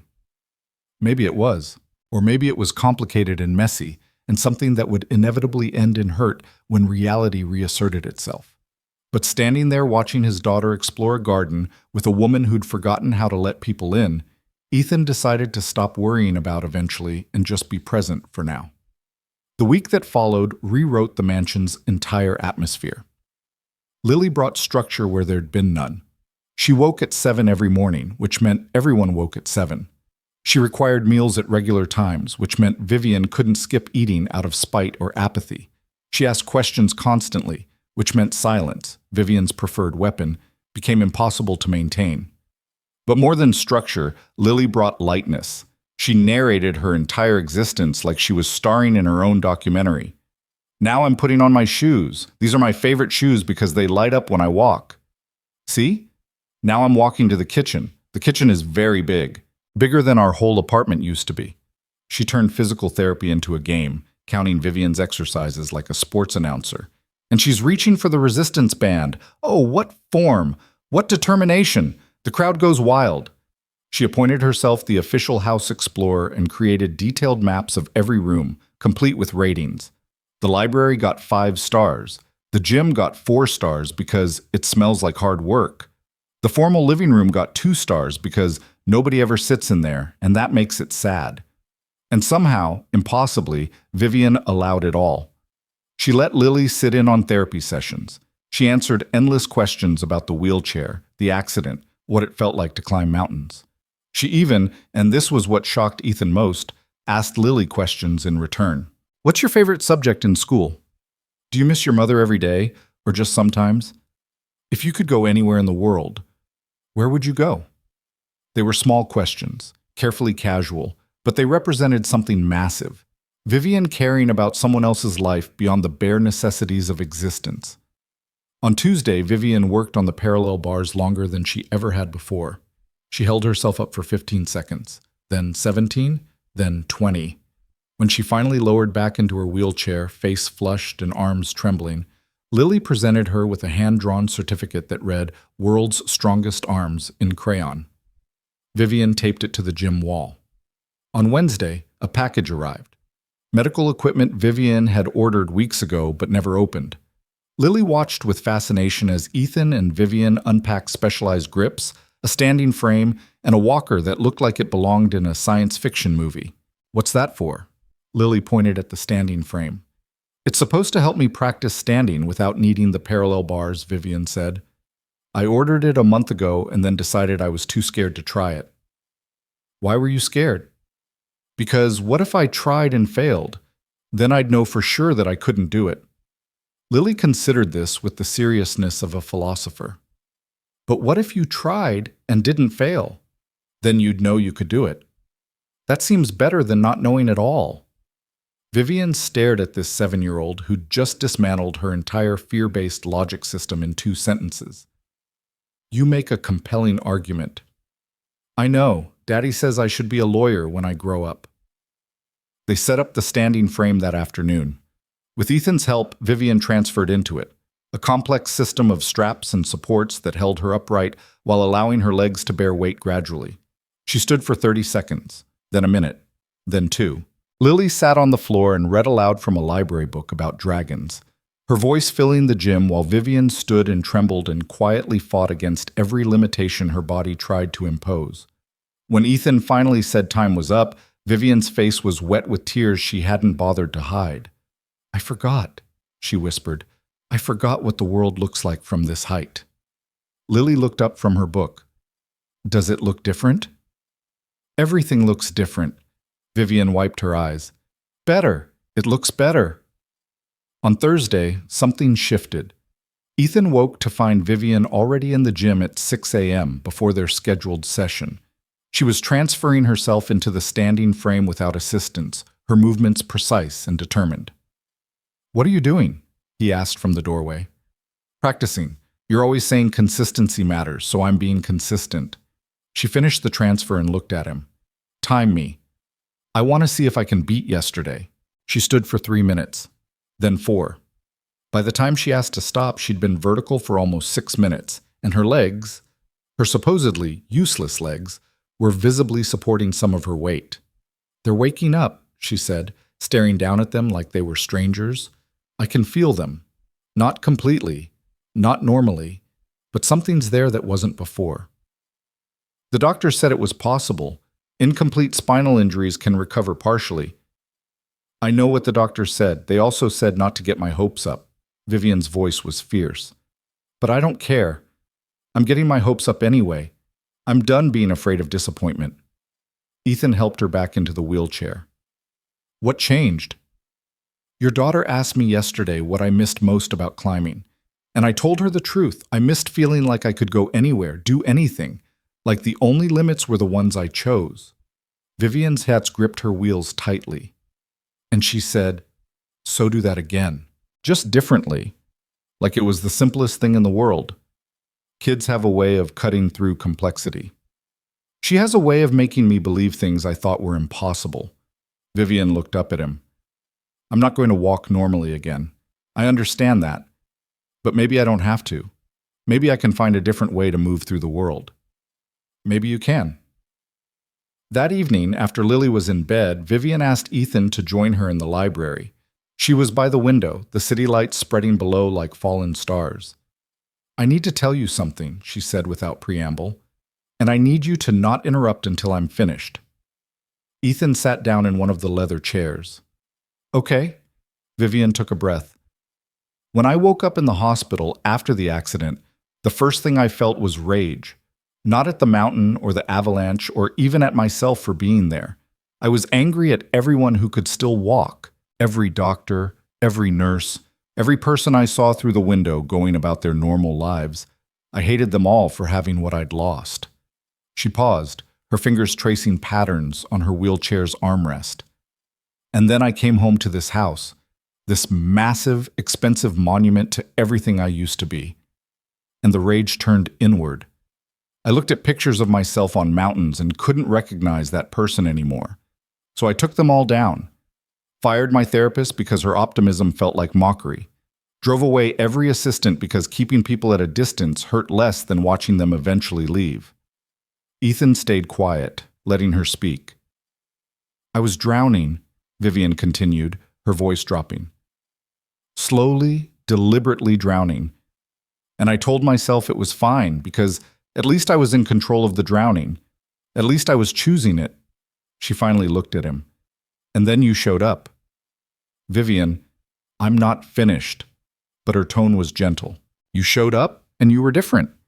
You didn't try to save me or fix me or inspire me with some speech about perseverance. You just stayed.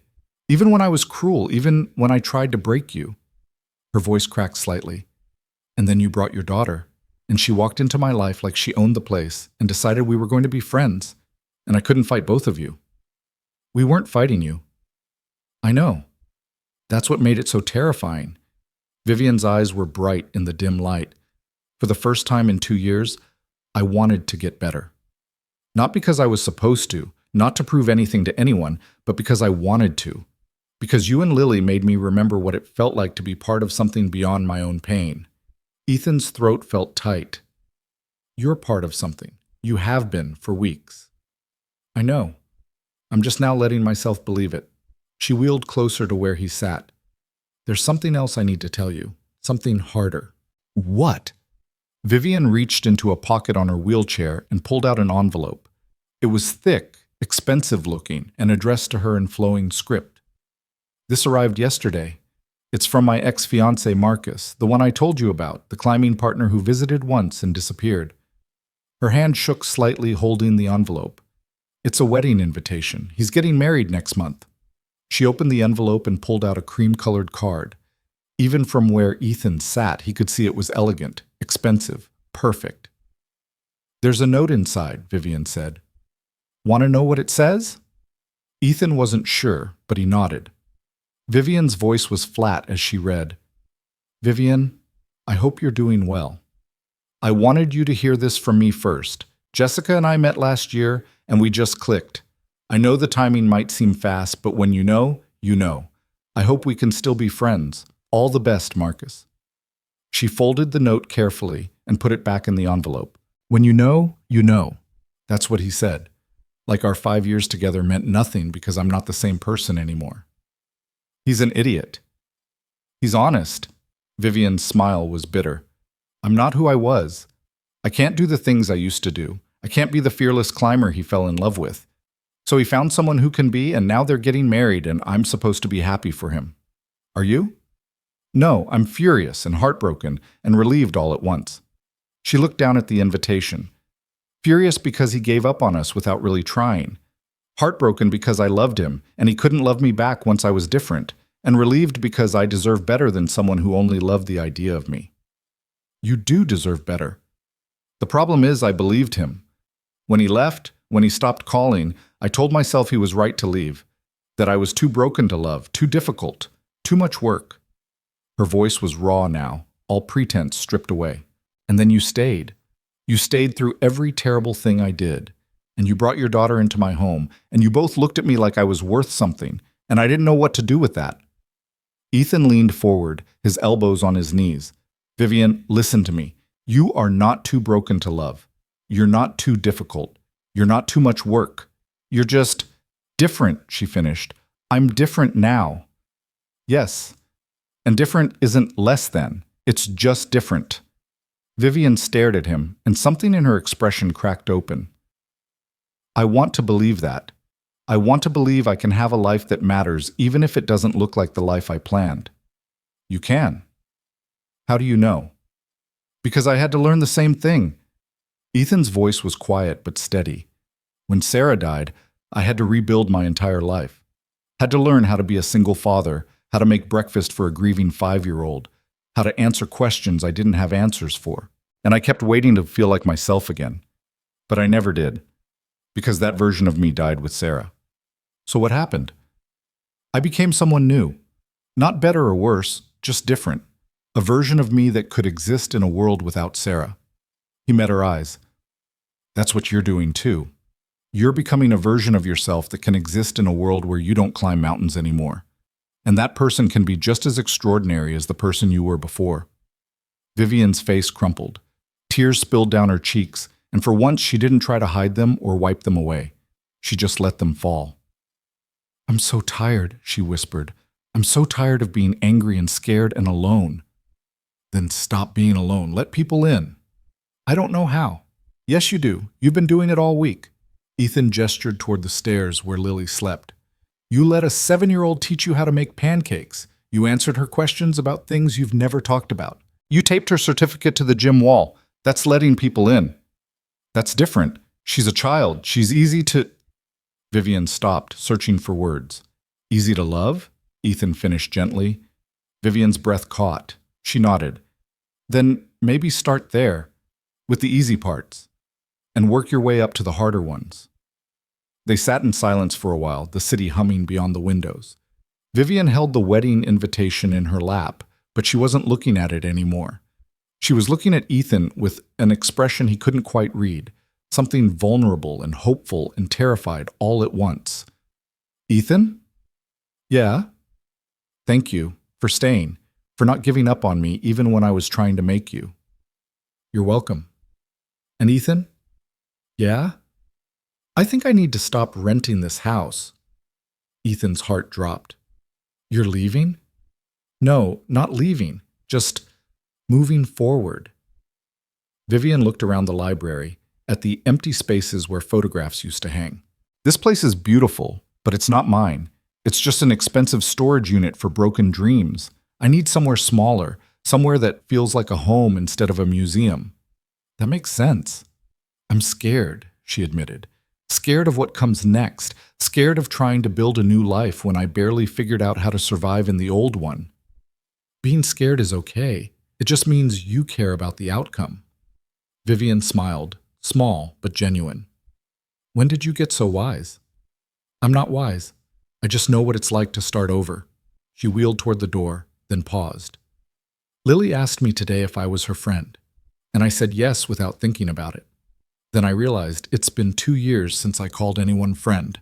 Everyone was either medical staff or people I was paying or people who left.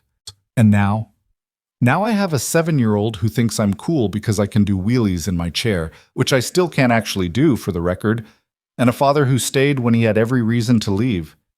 She looked back at him. "Now I have friends, real ones, and it's terrifying and wonderful, and I don't want to lose it." "You won't.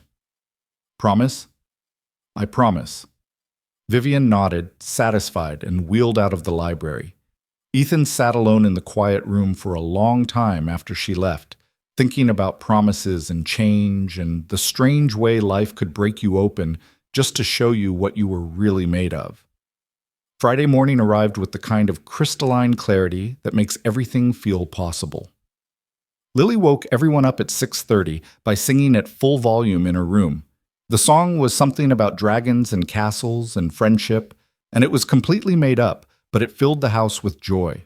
Over breakfast, pancakes again, better this time but still slightly imperfect, Vivian made an announcement. "I've been thinking," she said, looking between Ethan and Lily, "and I've decided something." "What?" Lily asked, syrup on her chin. "I'm going to try adaptive climbing, not the kind I used to do, but something new, something that works with who I am now instead of against it." Lily's face lit up. "Really? That's so cool. Can I watch?" "If your father says yes, and if I actually go through with it." Vivian glanced at Ethan. "There's a gym about an hour from here that specializes in adaptive sports. They have climbing walls modified for people with mobility issues. I called them yesterday." "That's great," Ethan said, meaning it. "I'm terrified. Vivian admitted. But I'm also excited. And I haven't been excited about anything in so long I almost forgot what it felt like. It feels like butterflies in your stomach, Lily offered. That's what Daddy says. Your daddy's right. Vivian pushed her plate away. Speaking of which, Mrs. Chen comes back Monday, right? Ethan nodded. She does. Something passed across Vivian's face. Disappointment, maybe, or loss. So this is your last weekend here? It is. Oh. Vivian's voice was carefully neutral. Well, it's been nice having you both here. Lily's face fell. But I don't want to leave. Can't we stay longer? Lily, we have our own home. But this is better. It has a big garden and a library and Vivian and Gloria and… Lily. Ethan's tone was gentle but firm. We've already stayed longer than planned. We can visit, but we can't live here. Why not? It was a simple question without a simple answer. Because they weren't Vivian's responsibility. Because Ethan was her employee, not her family. Because this week had been an exception, not the rule. Because getting too comfortable here would make leaving impossible. But before Ethan could formulate any of those responses, Vivian spoke. Actually, she said slowly, what if you could? Ethan stared at her. What? Stay. Not just visit, actually stay. Vivian was looking at her coffee, not at him. This house has 10 bedrooms. You and Lily are using one. That leaves 9 sitting empty. And I've been thinking about what you said, about this place being a museum instead of a home. Maybe what it needs is actual people living in it. Vivian, I'm not doing this out of pity or charity. I'm being selfish. Now she looked up, and her eyes were fierce. This week has been the first time in 2 years I've wanted to wake up in the morning. The first time I've pushed myself in therapy without someone forcing me. The first time I've laughed and meant it. Her voice softened. You and Lily did that, and I'm not ready for it to end. Ethan's mind raced. I can't just move us into your house. That's not appropriate. I'm your employee. Then quit. What? Quit. Vivian wheeled closer. Resign from being my assistant, and then move in as, I don't know, roommates, friends. People who share a space and help each other and maybe make Saturday pancakes a permanent tradition. You're serious. Completely. She turned to Lily. What do you think? Would you want to live here? Lily's face was a study in conflict, joy and hope and uncertainty all at once. She looked at Ethan. Can we, Daddy? Please? Lily, it's complicated. Why? Vivian has space. We need space. We're friends. Friends help each other, right? She turned back to Vivian. Right? Right, Vivian confirmed. Ethan felt like he was standing on the edge of a cliff, and the only options were jumping or staying stuck forever. I need time to think about this. Of course. Vivian backed up slightly, giving him space. Take all the time you need, but know that the offer is genuine, and it's open-ended. The rest of the day passed in a strange tension. Lily was subdued, clearly worried about the answer. Vivian threw herself into therapy with unusual intensity, like she was trying to prove something. And Ethan moved through the hours in a fog of conflicting thoughts. Moving in would solve every practical problem he had. Lily would have stability. He'd have time to find better work. They'd have a home. But it would also complicate everything in ways he couldn't predict. The line between employee and friend was already blurred. What would happen when they crossed it entirely? What if Vivian changed her mind? What if he was putting Lily in a position to lose another person she'd grown attached to? That evening, after Lily was asleep, Ethan found Vivian in the sunroom staring out at the garden. I've been thinking about your offer, he said. She didn't turn around. And? And I need to know something first. Why are you really asking us to stay? Because you feel guilty? Because Lily's a good distraction? Because I'm lonely. Vivian's voice was raw. Because I've spent 2 years pushing everyone away, and now I've finally let 2 people in, and the thought of going back to how things were before terrifies me. She turned to face him. I'm asking you to stay because you and Lily have given me something I thought I'd lost. Purpose. Connection. A reason to try. That's a lot of pressure to put on us. I know. And if it's too much, I understand. I'll still see you during therapy sessions. Lily can still visit. We don't have to. I'll stay, Ethan said. Vivian stopped mid-sentence. What? I'll stay. We'll stay. On 2 conditions. Name them. 1. I pay rent. Not market rate because I can't afford that, but something. I'm not a charity case and Lily needs to see her father contributing. Agreed. What's the second condition? You have to promise that if you change your mind, if this gets too complicated or too hard or just doesn't work, you tell me honestly. No passive-aggressive hints. No trying to make us leave without saying it. Just honesty. Vivian met his eyes. I promise. Same goes for you? Same goes for me. They shook hands, and the gesture felt both formal and momentous, like they were signing a treaty instead of making a living arrangement. So, Vivian said, a small smile playing at her lips, I guess we're roommates now. I guess we are. This is going to be weird. Probably. But good weird? Ethan thought about Lily's face when he told her they could stay. Thought about Saturday pancakes and therapy sessions and this strange, fractured family they were building without any blueprint to follow. Yeah, he said. Good weird. Lily's scream of joy when Ethan told her they were staying could probably be heard 3 blocks away. She launched herself at him with such force that he stumbled backward, catching her midair and spinning her around while she shouted, Yes, yes, yes, yes, over and over. When he finally set her down, she immediately ran to find Vivian, who was in the library attempting to look casual while clearly having been listening from the doorway. We're staying, Lily announced, throwing her arms around Vivian's wheelchair in a hug that was more tackle than embrace. We're really staying. Vivian's hands hovered uncertainly for a moment before settling on Lily's back, returning the hug with a gentleness that made Ethan's chest ache. Yes, you're really staying. Can I decorate my room? Can we get a cat? Can we plant flowers in the garden? Can we... Let's start with unpacking your backpack and work our way up to major life decisions, Ethan suggested, but he was smiling. Gloria appeared from the kitchen, her eyes suspiciously bright. So I suppose I should make up that room properly then, and maybe start planning menus for 3 instead of 1.5. 1.5? Vivian raised an eyebrow. You barely eat enough for a whole person, Gloria said matter-of-factly. But now you will, because that child won't let you skip meals. She's right, Lily confirmed. Skipping meals makes your body sad. That's science. The next few days were a controlled hurricane of change.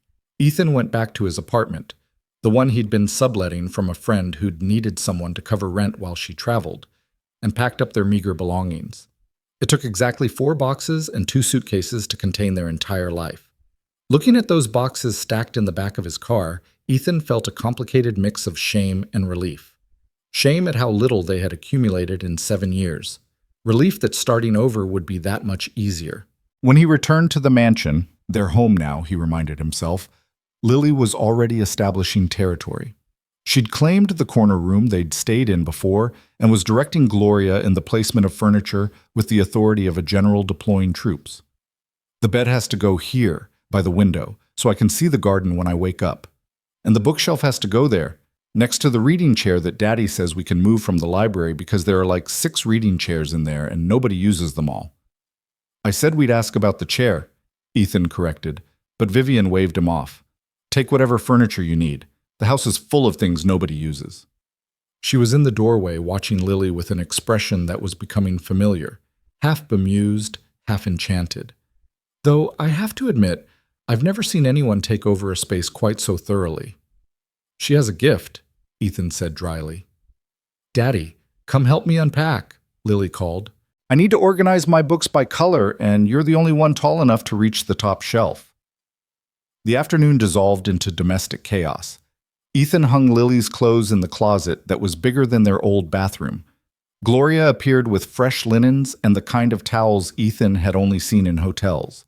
Vivian contributed a lamp she said had been gathering dust in a guest room and a rug that suddenly made Lily's space feel complete. When they finally finished, Lily stood in the center of her room and spun in a slow circle, taking it all in. This is the best room I've ever had. Maybe the best room anyone has ever had. I don't know about that, Vivian said from her position by the door, but it's definitely the most colorful room in this house now. It was true. Lily had plastered the walls with her drawings, arranged her collection of rocks and feathers on the windowsill, and somehow convinced Gloria to let her hang a string of fairy lights that made the whole space glow soft and warm. It feels like home, Lily said quietly. Then she looked at Ethan, suddenly uncertain. This is home now, right? For real? Ethan knelt down to her level. For real. And we won't have to leave? Not unless we want to. Lily nodded, satisfied, then threw herself into his arms for the third time that day. Over her shoulder, Ethan caught Vivian's eye. She was smiling, but there was something bittersweet in her expression, like she was watching something she'd never thought she'd have. That night, they ate dinner together in the kitchen instead of the formal dining room. It was spaghetti, Lily's request, and Gloria had made it with the kind of rich, slow-cooked sauce that required hours of attention. They sat around the island, passing garlic bread and parmesan, and for the first time since Sarah died, Ethan felt like he was part of a family again. Not the same family, not a replacement for what he'd lost, but something new, something that worked in its own strange way. So, Vivian said, twirling pasta on her fork, I have news. I booked a session at the adaptive climbing gym. Next Saturday. Lily's head snapped up. Really? Can we come watch? I was hoping you would. Vivian's voice was carefully casual, but Ethan could see the tension in her shoulders. I'm going to need cheerleaders, and someone to talk me out of backing out when I inevitably panic. I'm excellent at cheerleading, Lily announced. I can do cartwheels and everything. No cartwheels in the climbing gym, Ethan said. But yes, we'll be there, if you're sure you want an audience. I'm not sure about anything, Vivian admitted, but I'm doing it anyway. That's progress, right? That's huge progress. The following days fell into a rhythm that felt both new and ancient, like they'd been living this way for years instead of days. Mornings started with Lily's alarm at 7.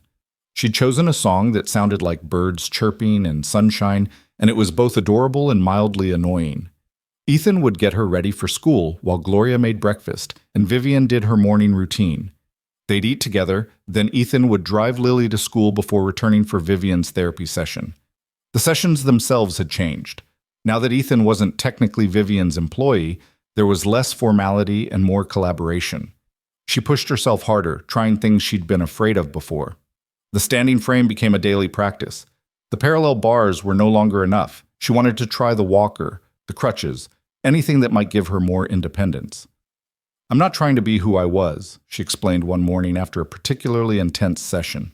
I'm trying to figure out who I can be. There's a difference. I know. Do you? Because sometimes I worry I'm pushing too hard, that I'm going to hurt myself trying to prove something that doesn't need proving. Ethan considered this. They were in the gym, Vivian in her wheelchair, face flushed from exertion. Are you in pain? Some, but good pain, the kind that means muscles are working. And are you listening to your body when it says stop? Mostly. Then you're not pushing too hard. You're pushing smart. He handed her a water bottle. There's a difference between challenging yourself and destroying yourself. You're doing the first one. Vivian drank deeply, then set the bottle aside. I called Marcus yesterday, my ex. Ethan's stomach tightened. How did that go? Better than expected, worse than hoped. She stared at her hands. I told him I wasn't coming to his wedding, that I wished him well, but I needed to move forward instead of backward. He said he understood, but I could hear the relief in his voice, like he was glad he didn't have to feel guilty anymore. I'm sorry. Don't be. It was the right call. Vivian looked up at him. I spent 2 years believing I was unlovable because he left. But talking to him yesterday, I realized something. He didn't leave because I was unlovable. He left because he was incapable of loving someone who needed him. And that's not my failure. That's his. That's a hard truth to accept. Yeah, but it's also freeing. She wheeled toward the door, then paused. Ethan, thank you for being different than him, for staying when it got hard. You're welcome, but I'm not staying because I'm noble or strong. I'm staying because I want to. I know. That's what makes it matter. Afternoons were Lily's domain. She'd come home from school bursting with stories and energy, and she'd somehow recruited everyone in the house into her elaborate games. Gloria became the Dragon Queen. Vivian was the knight in the wheelchair castle. Ethan was usually assigned the role of Daddy Who Helps, which seemed to mean whatever Lily needed in the moment. The garden became their primary playground. Lily had decided the bare winter trees needed encouragement, so she'd made signs for each one. "You can do it, tree!" And "Spring is coming." And Ethan's personal favorite, "Believe in yourself, tree." Vivian watched these sign-planting expeditions with bemused affection. Your daughter is either a motivational speaker in training or mildly unhinged. Can't it be both? Fair point. One afternoon, Lily convinced Vivian to try wheeling through the garden paths she'd never bothered with before. They were old stone pathways, uneven and challenging, but Lily insisted. "You have to see the back corner. There's a fountain that doesn't work, and it's so pretty even though it's broken." Vivian navigated the paths with surprising skill, her chair handling the terrain better than Ethan expected. When they reached the fountain, a crumbling stone structure covered in moss, Lily was right. It was beautiful in its brokenness. "We should fix it," Lily announced. "Make it work again." "It's been broken for years," Vivian said. "The previous owners let it fall apart." "So? Broken things can be fixed. You're getting fixed, right?" Vivian's breath caught. "I'm not fixed, Lily. I'm just improving." "Same thing." Lily ran her hand along the fountain's edge. "Besides, improvement is just fixing in slow motion. Daddy told me that once." "Your daddy is full of wisdom." "I know, he's very smart for someone who can't remember where he put his car keys." Ethan, standing a few feet away, called out, "I can hear you, you know." "I know," Lily grinned. "Can we fix the fountain, though, please?" Vivian looked at the broken fountain, then at Lily's hopeful face, then at Ethan. "Why not? We're fixing everything else. Might as well add one more project to the list." That evening, Ethan looked up fountain repair while Lily drew designs for how it should look when it was finished. Vivian sat nearby, occasionally offering suggestions, her expression softer than Ethan had ever seen it. "This is nice," she said quietly, when Lily was absorbed in adding detail to her drawing. "This feeling of planning something instead of just surviving. It is nice. I never thought I'd have this. People in my space, sharing my life. After Marcus left, I convinced myself I was better off alone, that needing people was weakness. And now? Now I think needing people is the only thing that kept me human." She watched Lily work. "She's remarkable, you know, your daughter, the way she sees the world. Everything is fixable, everything is possible. She hasn't learned to be cynical yet. I hope she never does. She will, eventually. Life has a way of teaching that lesson." Vivian's voice was sad. "But maybe if we're lucky, she'll learn it slower than most. Maybe this place can protect her from that a little longer." Saturday arrived with the weight of expectation. The adaptive climbing gym was an hour away, in an industrial building that had been converted into something between a warehouse and an adventure park. Inside, the walls were covered with climbing routes of varying difficulty, modified with extra holds, platforms, and support systems designed for climbers with disabilities. Vivian sat in her wheelchair in the parking lot, staring at the building. "I can't do this," she said. "Yes, you can," Lily said from the back seat. "What if I fail? What if I get up there and freeze and everyone sees me fail?" "Then you'll try again," Ethan said. "Failure isn't permanent unless you let it be." "What if my body can't do it? What if—" "Vivian." Lily leaned forward, her small hand reaching out to touch Vivian's shoulder. "Remember what you told me about how being scared just means you care about the outcome? You're scared because this matters. But that's good. It means you're trying." Vivian turned to look at this 7-year-old who'd somehow become her philosopher and cheerleader. "When did you get so smart?" "I've always been smart. Everyone just notices now." Lily grinned. "Come on, let's go climb some walls." Inside, they were met by an instructor named Sarah. The name hit Ethan like a punch, but he managed to keep his expression neutral, who explained the adaptive equipment and safety protocols with the calm efficiency of someone who'd done this 100 times.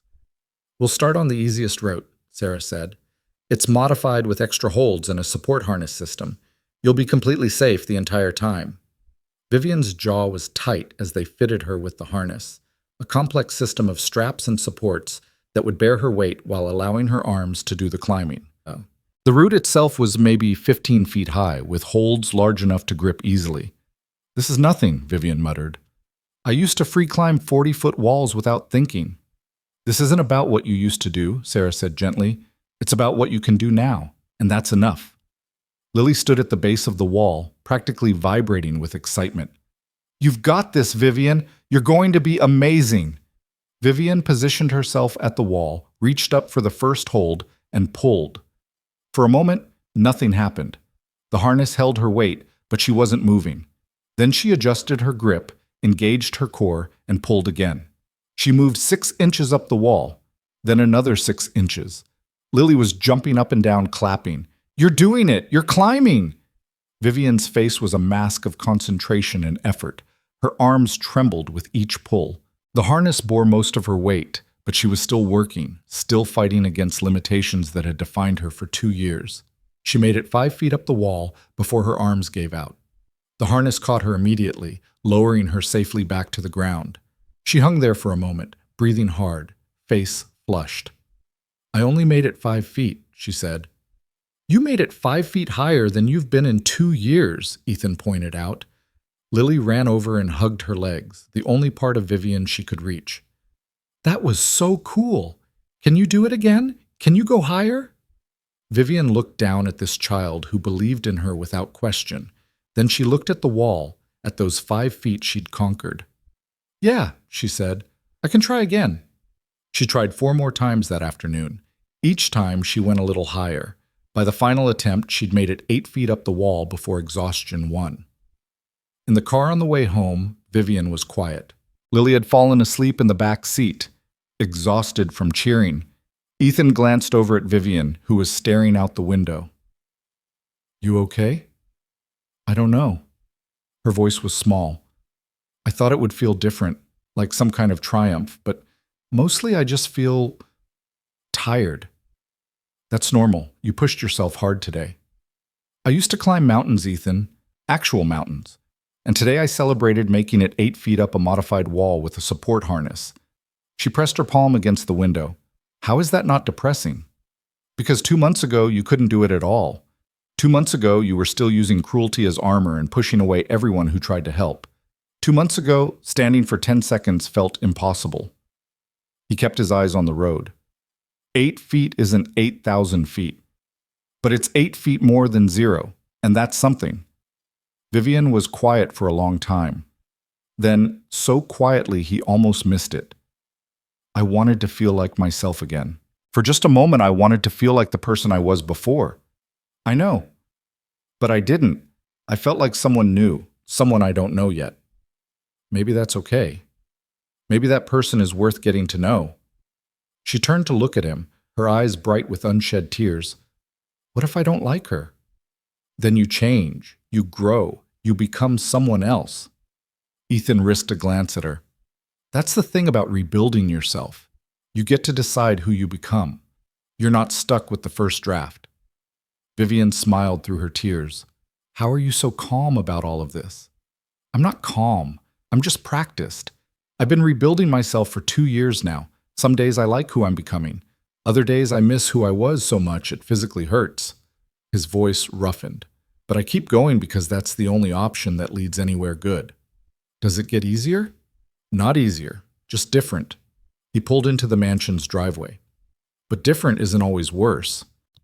That night, after Lily was tucked into bed with a story about brave knights and dragons, Ethan found Vivian in the sunroom. She was holding Lily's drawing, the one of the wheelchair knight and the loyal dragon, and staring at it like it held the secrets of the universe. "I want to show you something," she said without preamble. She wheeled over to a cabinet Ethan had never seen her open before and pulled out a large portfolio. Inside were photographs, dozens of them, of Vivian climbing. Vivian on mountain peaks with her arms raised in triumph. Vivian scaling sheer rock faces with nothing but her hands and determination. Vivian young and fearless and whole. "I took these down after the accident," she said, laying them out on the table. I couldn't stand looking at who I used to be. It felt like mourning someone who was still alive. And now? Now I think I was wrong. She touched one of the photos, herself at the summit of what might have been Kilimanjaro, the sun rising behind her. I wasn't mourning that person. I was erasing her, pretending she never existed because it was easier than acknowledging what I'd lost. What changed? Vivian picked up Lily's drawing. This. Your daughter drew me as a knight, not a broken climber, not a woman in a wheelchair. A knight with a dragon, someone brave and strong and worth drawing. She set the picture down next to the old photographs. And I realized both versions can exist. The person I was and the person I'm becoming. I don't have to erase one to accept the other. Ethan looked at the spread of images, past and present, triumph and struggle, all of it part of the same story. What are you going to do with the photos? Put them back up, not all of them. I'm not turning this place into a shrine, but enough to remember that I was brave once, that I did extraordinary things, that I'm more than just the accident and everything that came after. You are extraordinary, present tense. Vivian met his eyes, and the vulnerability there was almost painful to witness. I'm starting to believe that, slowly, because of you and Lily and this weird, impossible arrangement we've fallen into. She gestured around the sunroom. A month ago, I would have said this could never work, that letting people into my space would be suffocating. But it's not. It's the opposite. What is it? It's breathing again after holding my breath for 2 years. They sat in comfortable silence, surrounded by photographs of who Vivian had been and the quiet promise of who she might become. Outside, the garden was dark except for the motion sensor lights Ethan had installed last week. Inside, the house felt alive in a way it hadn't before. Not with activity, but with possibility. Ethan? Vivian's voice was quiet. Yeah? I'm glad you stayed. I'm glad you didn't let me scare you away. I'm glad Lily exists and talks too much and believes in broken fountains and sleeping trees. She paused. I'm just glad. Me too. It wasn't a declaration of anything. It wasn't a promise or a plan. It was just two people acknowledging that something had shifted, something fundamental and important, and neither of them quite knew what to do with it yet. But they were learning, one day at a time, one therapy session at a time, one Saturday pancake breakfast at a time. And somehow, impossibly, that was enough. 3 months passed like water finding its level, sometimes smooth, sometimes turbulent, but always moving forward. The mansion transformed in ways both visible and invisible. Lily's signs appeared throughout the garden as spring approached, encouraging not just trees but also flower beds, the broken fountain, and once, memorably, a very confused squirrel. The formal living room that nobody ever used became Lily's art studio, complete with an easel Vivian had ordered and drawing supplies that made Lily cry with joy. The gym saw daily use now, sometimes twice a day when Vivian was feeling ambitious. And the photographs went back up. Not everywhere, not obsessively, but scattered throughout the house were images of Vivian on mountains, Vivian mid-climb, Vivian triumphant at summits. They shared wall space with Lily's crayon drawings and a few photos Ethan had brought from his old life. Sarah smiling, Lily as a baby, the three of them together before everything changed. The house became a gallery of who they'd been and who they were becoming. On a Tuesday in early May, Vivian stood for 3 full minutes without support. Not at the parallel bars or in the standing frame, but in the middle of the gym with Ethan hovering nearby and Lily counting aloud. When she finally sat back in her wheelchair, trembling and sweating, Lily threw her arms around her and declared it the most amazing thing anyone has ever done ever. It's 3 minutes, Vivian said, but she was smiling. It's 3 minutes more than 0, Lily said, unknowingly echoing Ethan's words from months ago. That's what Daddy always says. More than 0 is always something. That afternoon, while Lily was at school, Vivian made an announcement. I've decided something, she said. They were in the kitchen, Ethan making lunch while Vivian reviewed something on her tablet. I'm not renewing the lease on this house. Ethan's knife slipped, nearly taking off a finger. What? The lease is up in 2 months. And I've been thinking about what I said before, about this place being a museum instead of a home.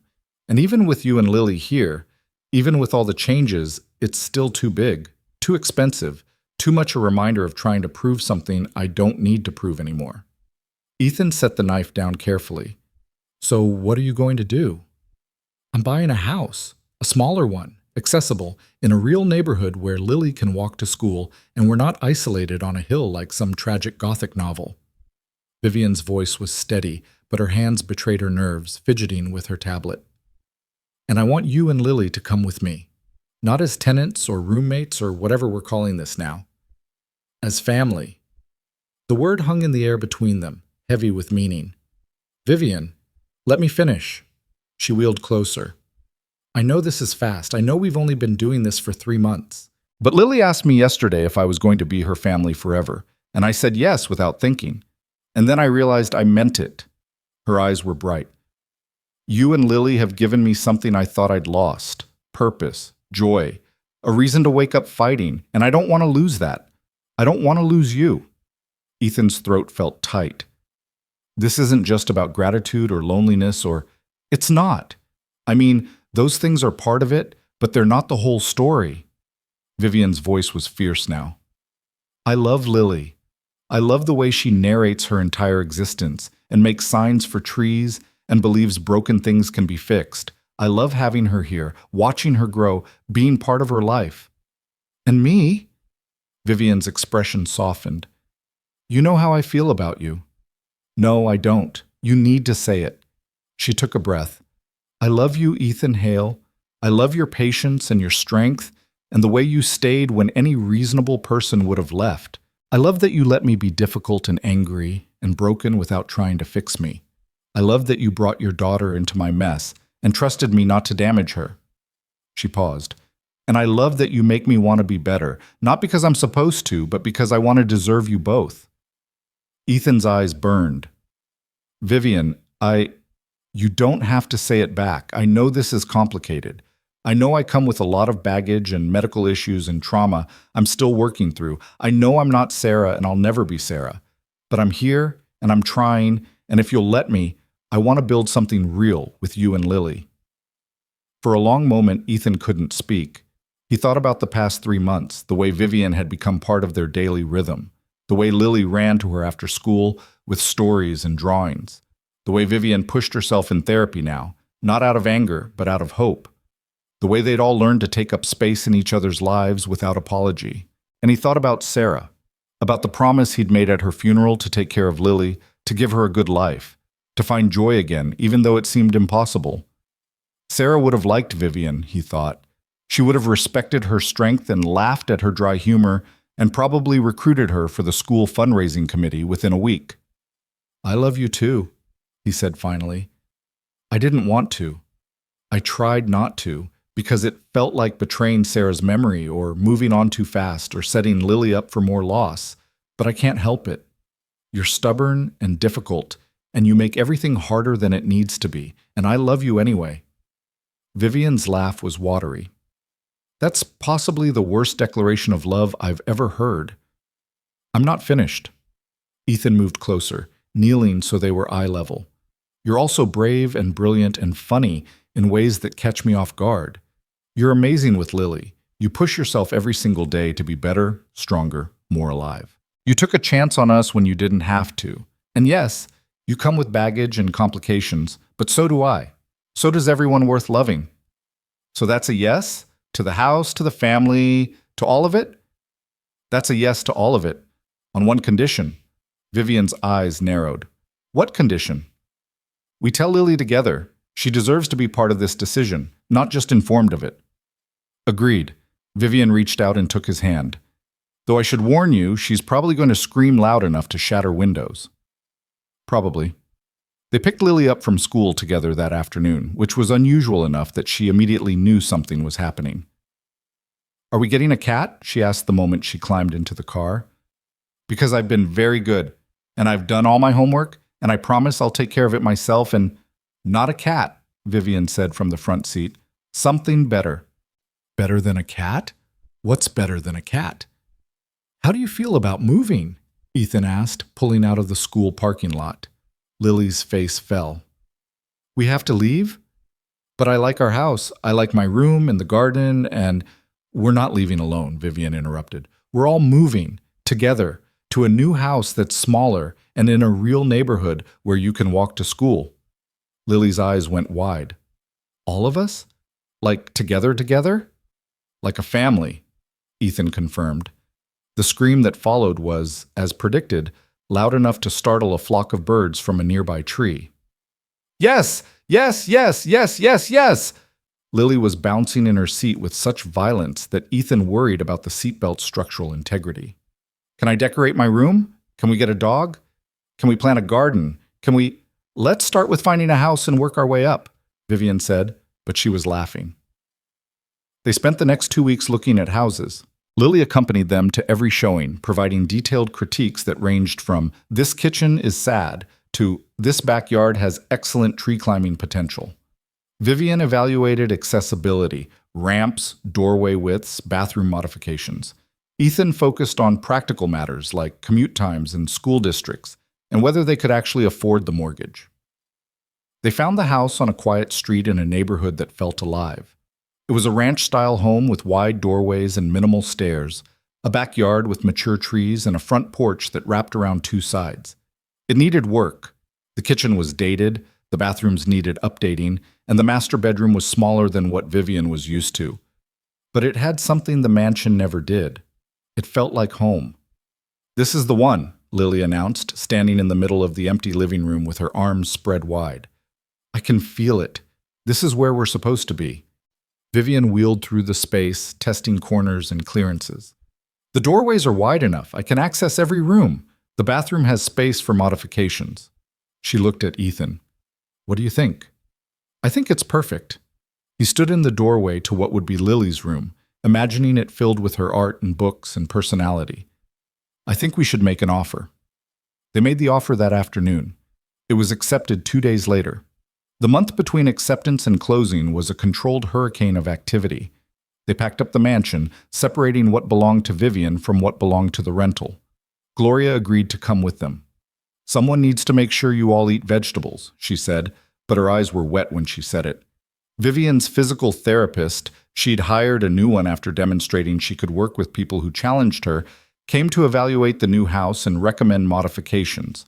Ethan coordinated contractors for the bathroom renovations and ramp installation. Lily made detailed floor plans showing where every piece of furniture should go and which walls needed her artwork. And through it all, Vivian pushed herself harder than ever. She worked with the walker now, taking slow, careful steps with Ethan's support. Her legs were stronger, capable of bearing weight for minutes at a time. She'd never walk normally, the doctors were clear about that, but she was mobile in ways she hadn't been in 2 years. "I want to walk into our new house," she told Ethan one evening during therapy. "Not be carried, not wheeled, walk." "That's ambitious." "I know, but I've spent 2 years being realistic about my limitations. I want to be ambitious about my possibilities for once." She trained like she was preparing for a summit. Every day she pushed a little further, stood a little longer, took a few more steps. Ethan spotted her, encouraged her, and occasionally forced her to rest when her ambition outpaced her body's capability. Lily made a chart tracking Vivian's progress, complete with gold stars for each milestone.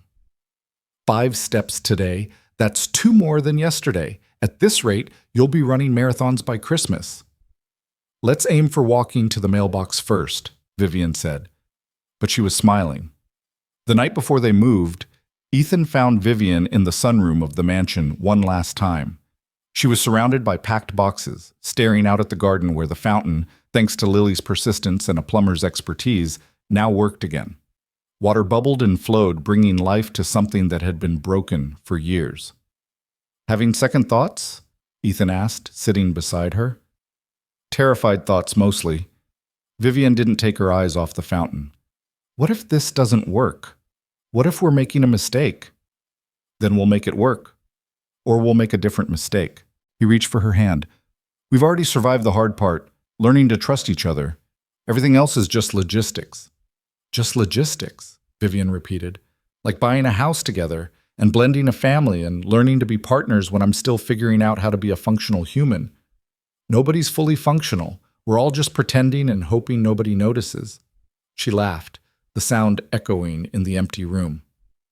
Lily's asleep, right? Passed out an hour ago, moving day excitement wore her out. Good. Vivian turned to face him fully. Because I need to say something, and I need her not to interrupt with commentary about dragons or trees or whatever tangent her brain takes. I'm listening. I'm scared, Vivian said simply. Not of moving or the house or even the commitment. I'm scared of being happy, because for 2 years, misery was safe. It was predictable. I knew how to be angry and broken. But being happy, being hopeful, that's terrifying. Because now I have something to lose. Ethan squeezed her hand. I know that fear. I lived with it for 2 years after Sarah died. Every time Lily laughed, every time I felt a moment of joy, I'd feel guilty, like I was betraying Sarah's memory by moving forward. How did you get past it? I realized Sarah wouldn't want me to stop living. She'd want Lily to have a father who was present, who found joy, who modeled resilience. He paused, and I realized that loving again didn't mean loving Sarah less. The heart doesn't work like that. It just expands. Vivian's eyes glistened. I want to believe that. Then believe it. We're not replacing what we lost. We're building something new. And that's allowed. She nodded, wiping her eyes. Okay. Tomorrow we move into our house, our family's house, and I'm going to walk in on my own 2 feet even if it kills me. It won't kill you, but you might be sore for a week. Worth it. Moving day arrived with perfect weather, sunny but not hot, the kind of May morning that feels like a promise. The moving truck arrived at 8, and by 10 the caravan of furniture and boxes was making its way across the city to their new home.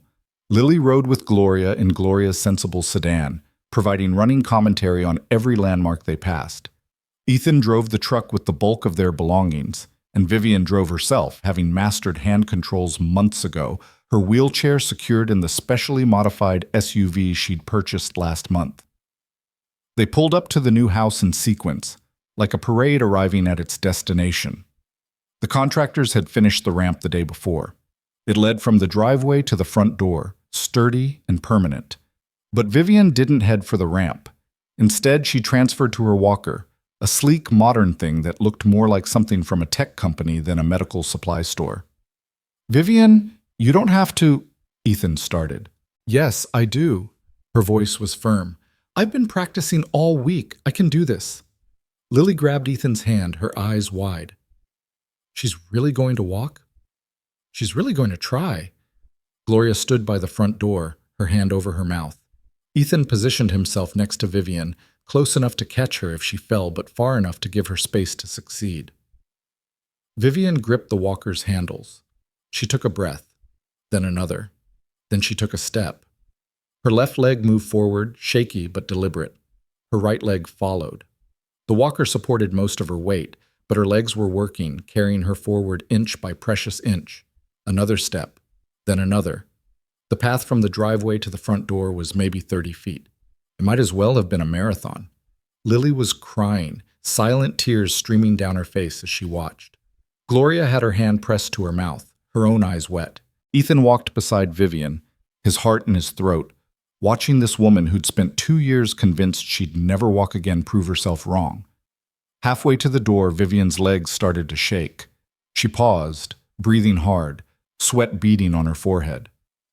You can stop, Ethan said gently. You've already proved. I'm not stopping. Her voice was strained but determined. I'm going to walk into my house, into our house. She took another step, then another. 20 feet, 25. Her arms were trembling now, taking more weight as her legs fatigued. But she kept moving. 28 feet, 29.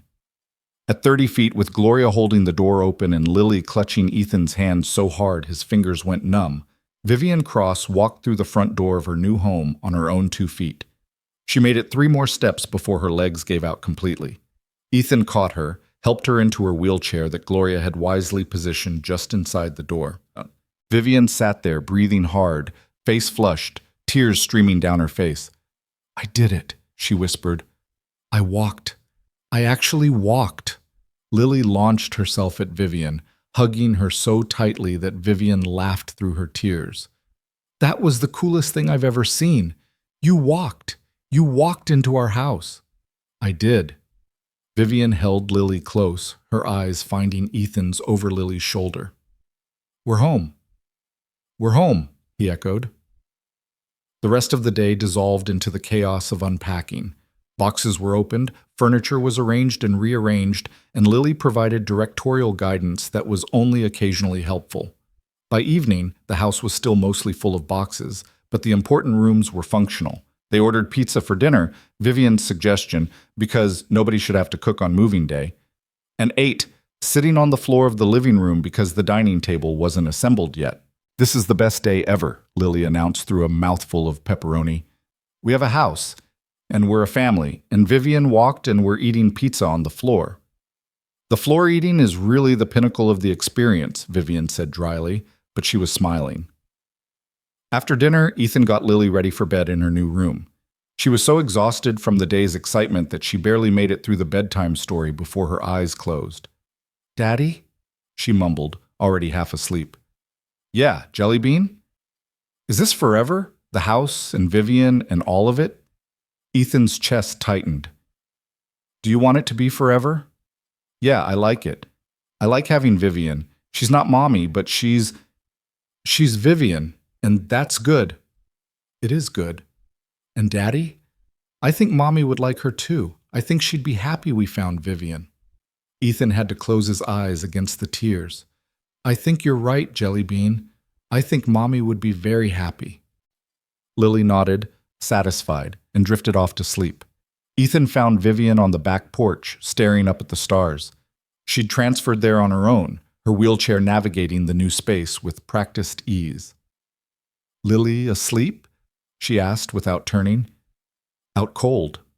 He sat on the porch steps beside her chair. "She said something interesting." "What's that?"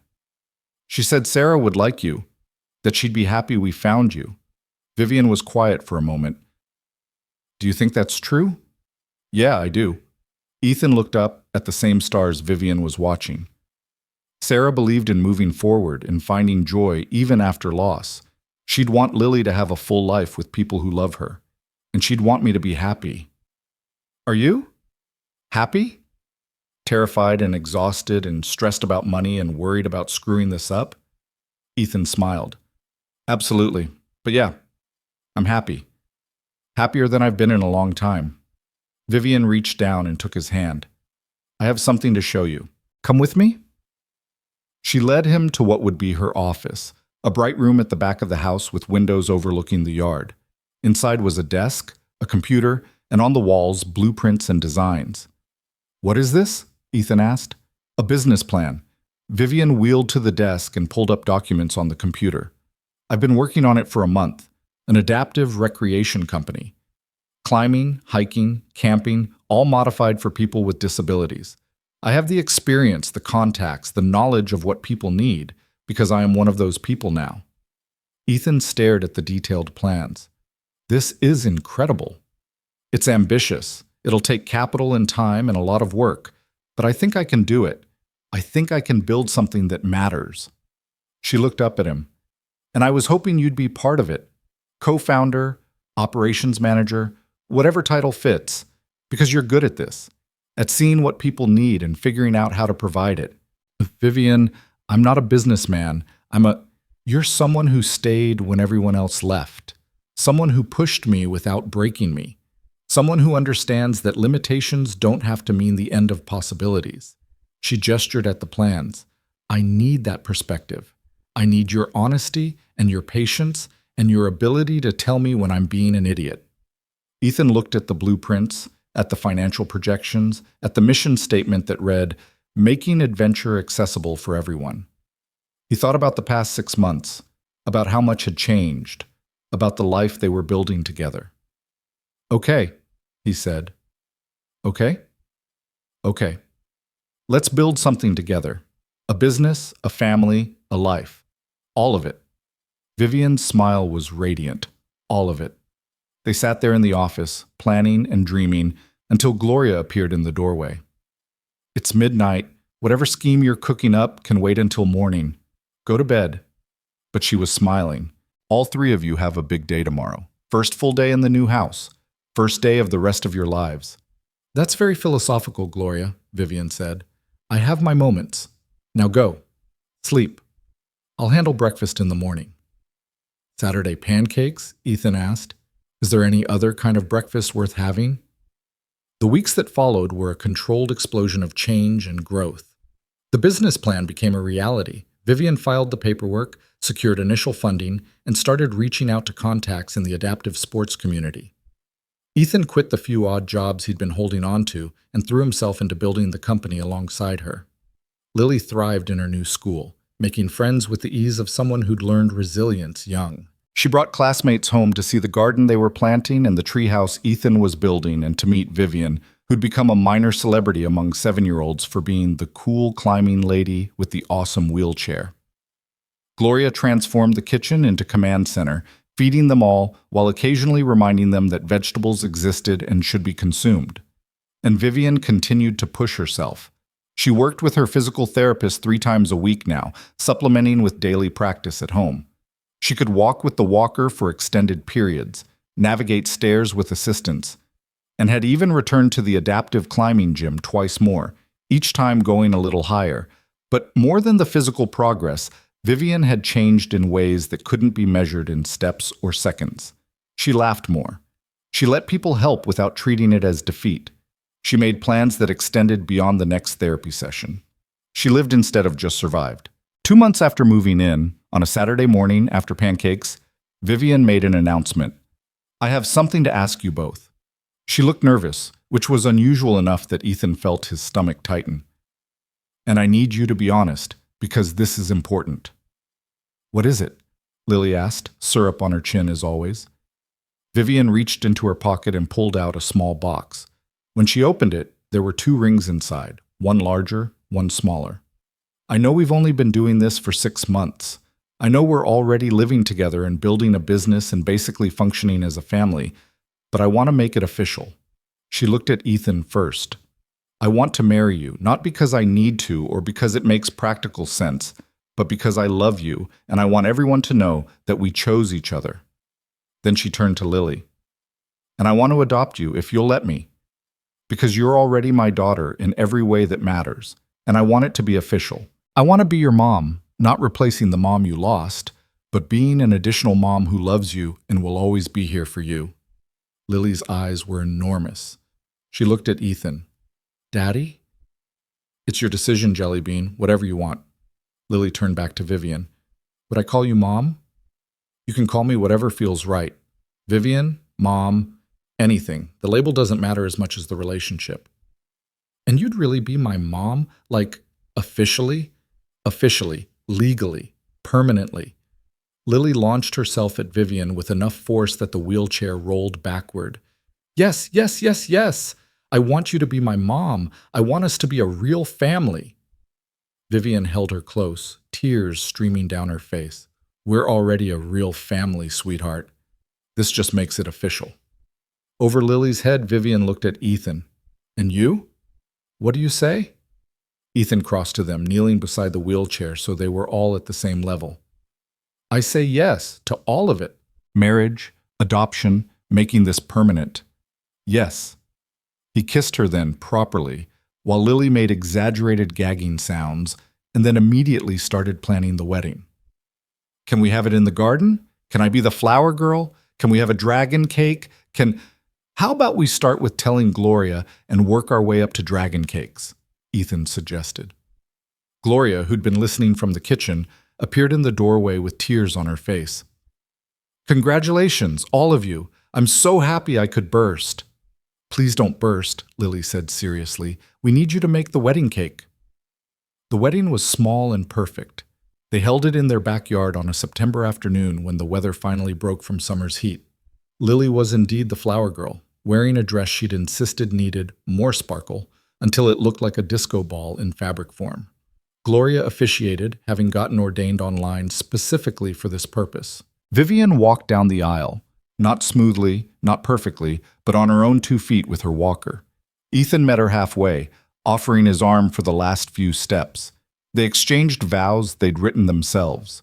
Ethan promised to stay when things got hard, to push Vivian to be her best self, and to always make sure they had Saturday pancakes. Vivian promised to let Ethan help her, to be honest about her struggles, and to love Lily as fiercely as she loved him. And then, because Lily had insisted on being included, they added a third set of vows. Vivian sat in her wheelchair at sitting height and looked Lily in the eye.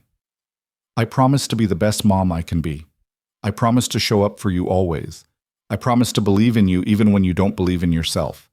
And I promise that you will always, always be loved. Lily threw her arms around Vivian's neck. I promise to love you forever and ever, even when I'm a teenager and Daddy says I'll be difficult. Hey, Ethan protested, but he was laughing through tears. When Gloria pronounced them married and Ethan kissed Vivian, Lily cheered so loudly that the neighbors 3 houses down probably heard. The reception was an extension of the ceremony, small, intimate, filled with people who mattered. Vivian's physical therapist came, the instructor from the adaptive climbing gym, a few of Lily's friends from school with their parents. Marcus didn't come, but Vivian realized she didn't care. That chapter was closed. They danced in the garden, or rather Ethan and Lily danced while Vivian watched from her wheelchair with a smile that wouldn't quit.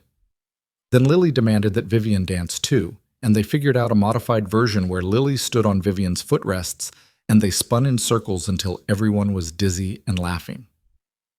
As the sun set and the string lights came on, Lily's addition to the garden naturally, Ethan found Vivian by the fountain. The fountain Lily had insisted they fix, that now burbled peacefully under the darkening sky. Happy? He asked. Ridiculously. She reached for his hand. A year ago, I was alone in that mansion, convinced I'd never be anything but angry and broken. And now I'm married, I'm adopting a daughter, I'm building a business, I'm walking again. It's almost absurd how much has changed. You changed it. You did the work. We did the work. All 3 of us. She looked toward where Lily was showing Gloria her latest drawing, a family portrait featuring 2 adults, a child, and approximately 17 dragons. She saved me, you know. That first day you brought her. She walked in and decided we were friends, and I couldn't fight that kind of determined optimism. She has that effect on people. And you saved me by staying, by refusing to let me push you away. Vivian turned to face him fully. I love you, Ethan Hale. I love the life we're building.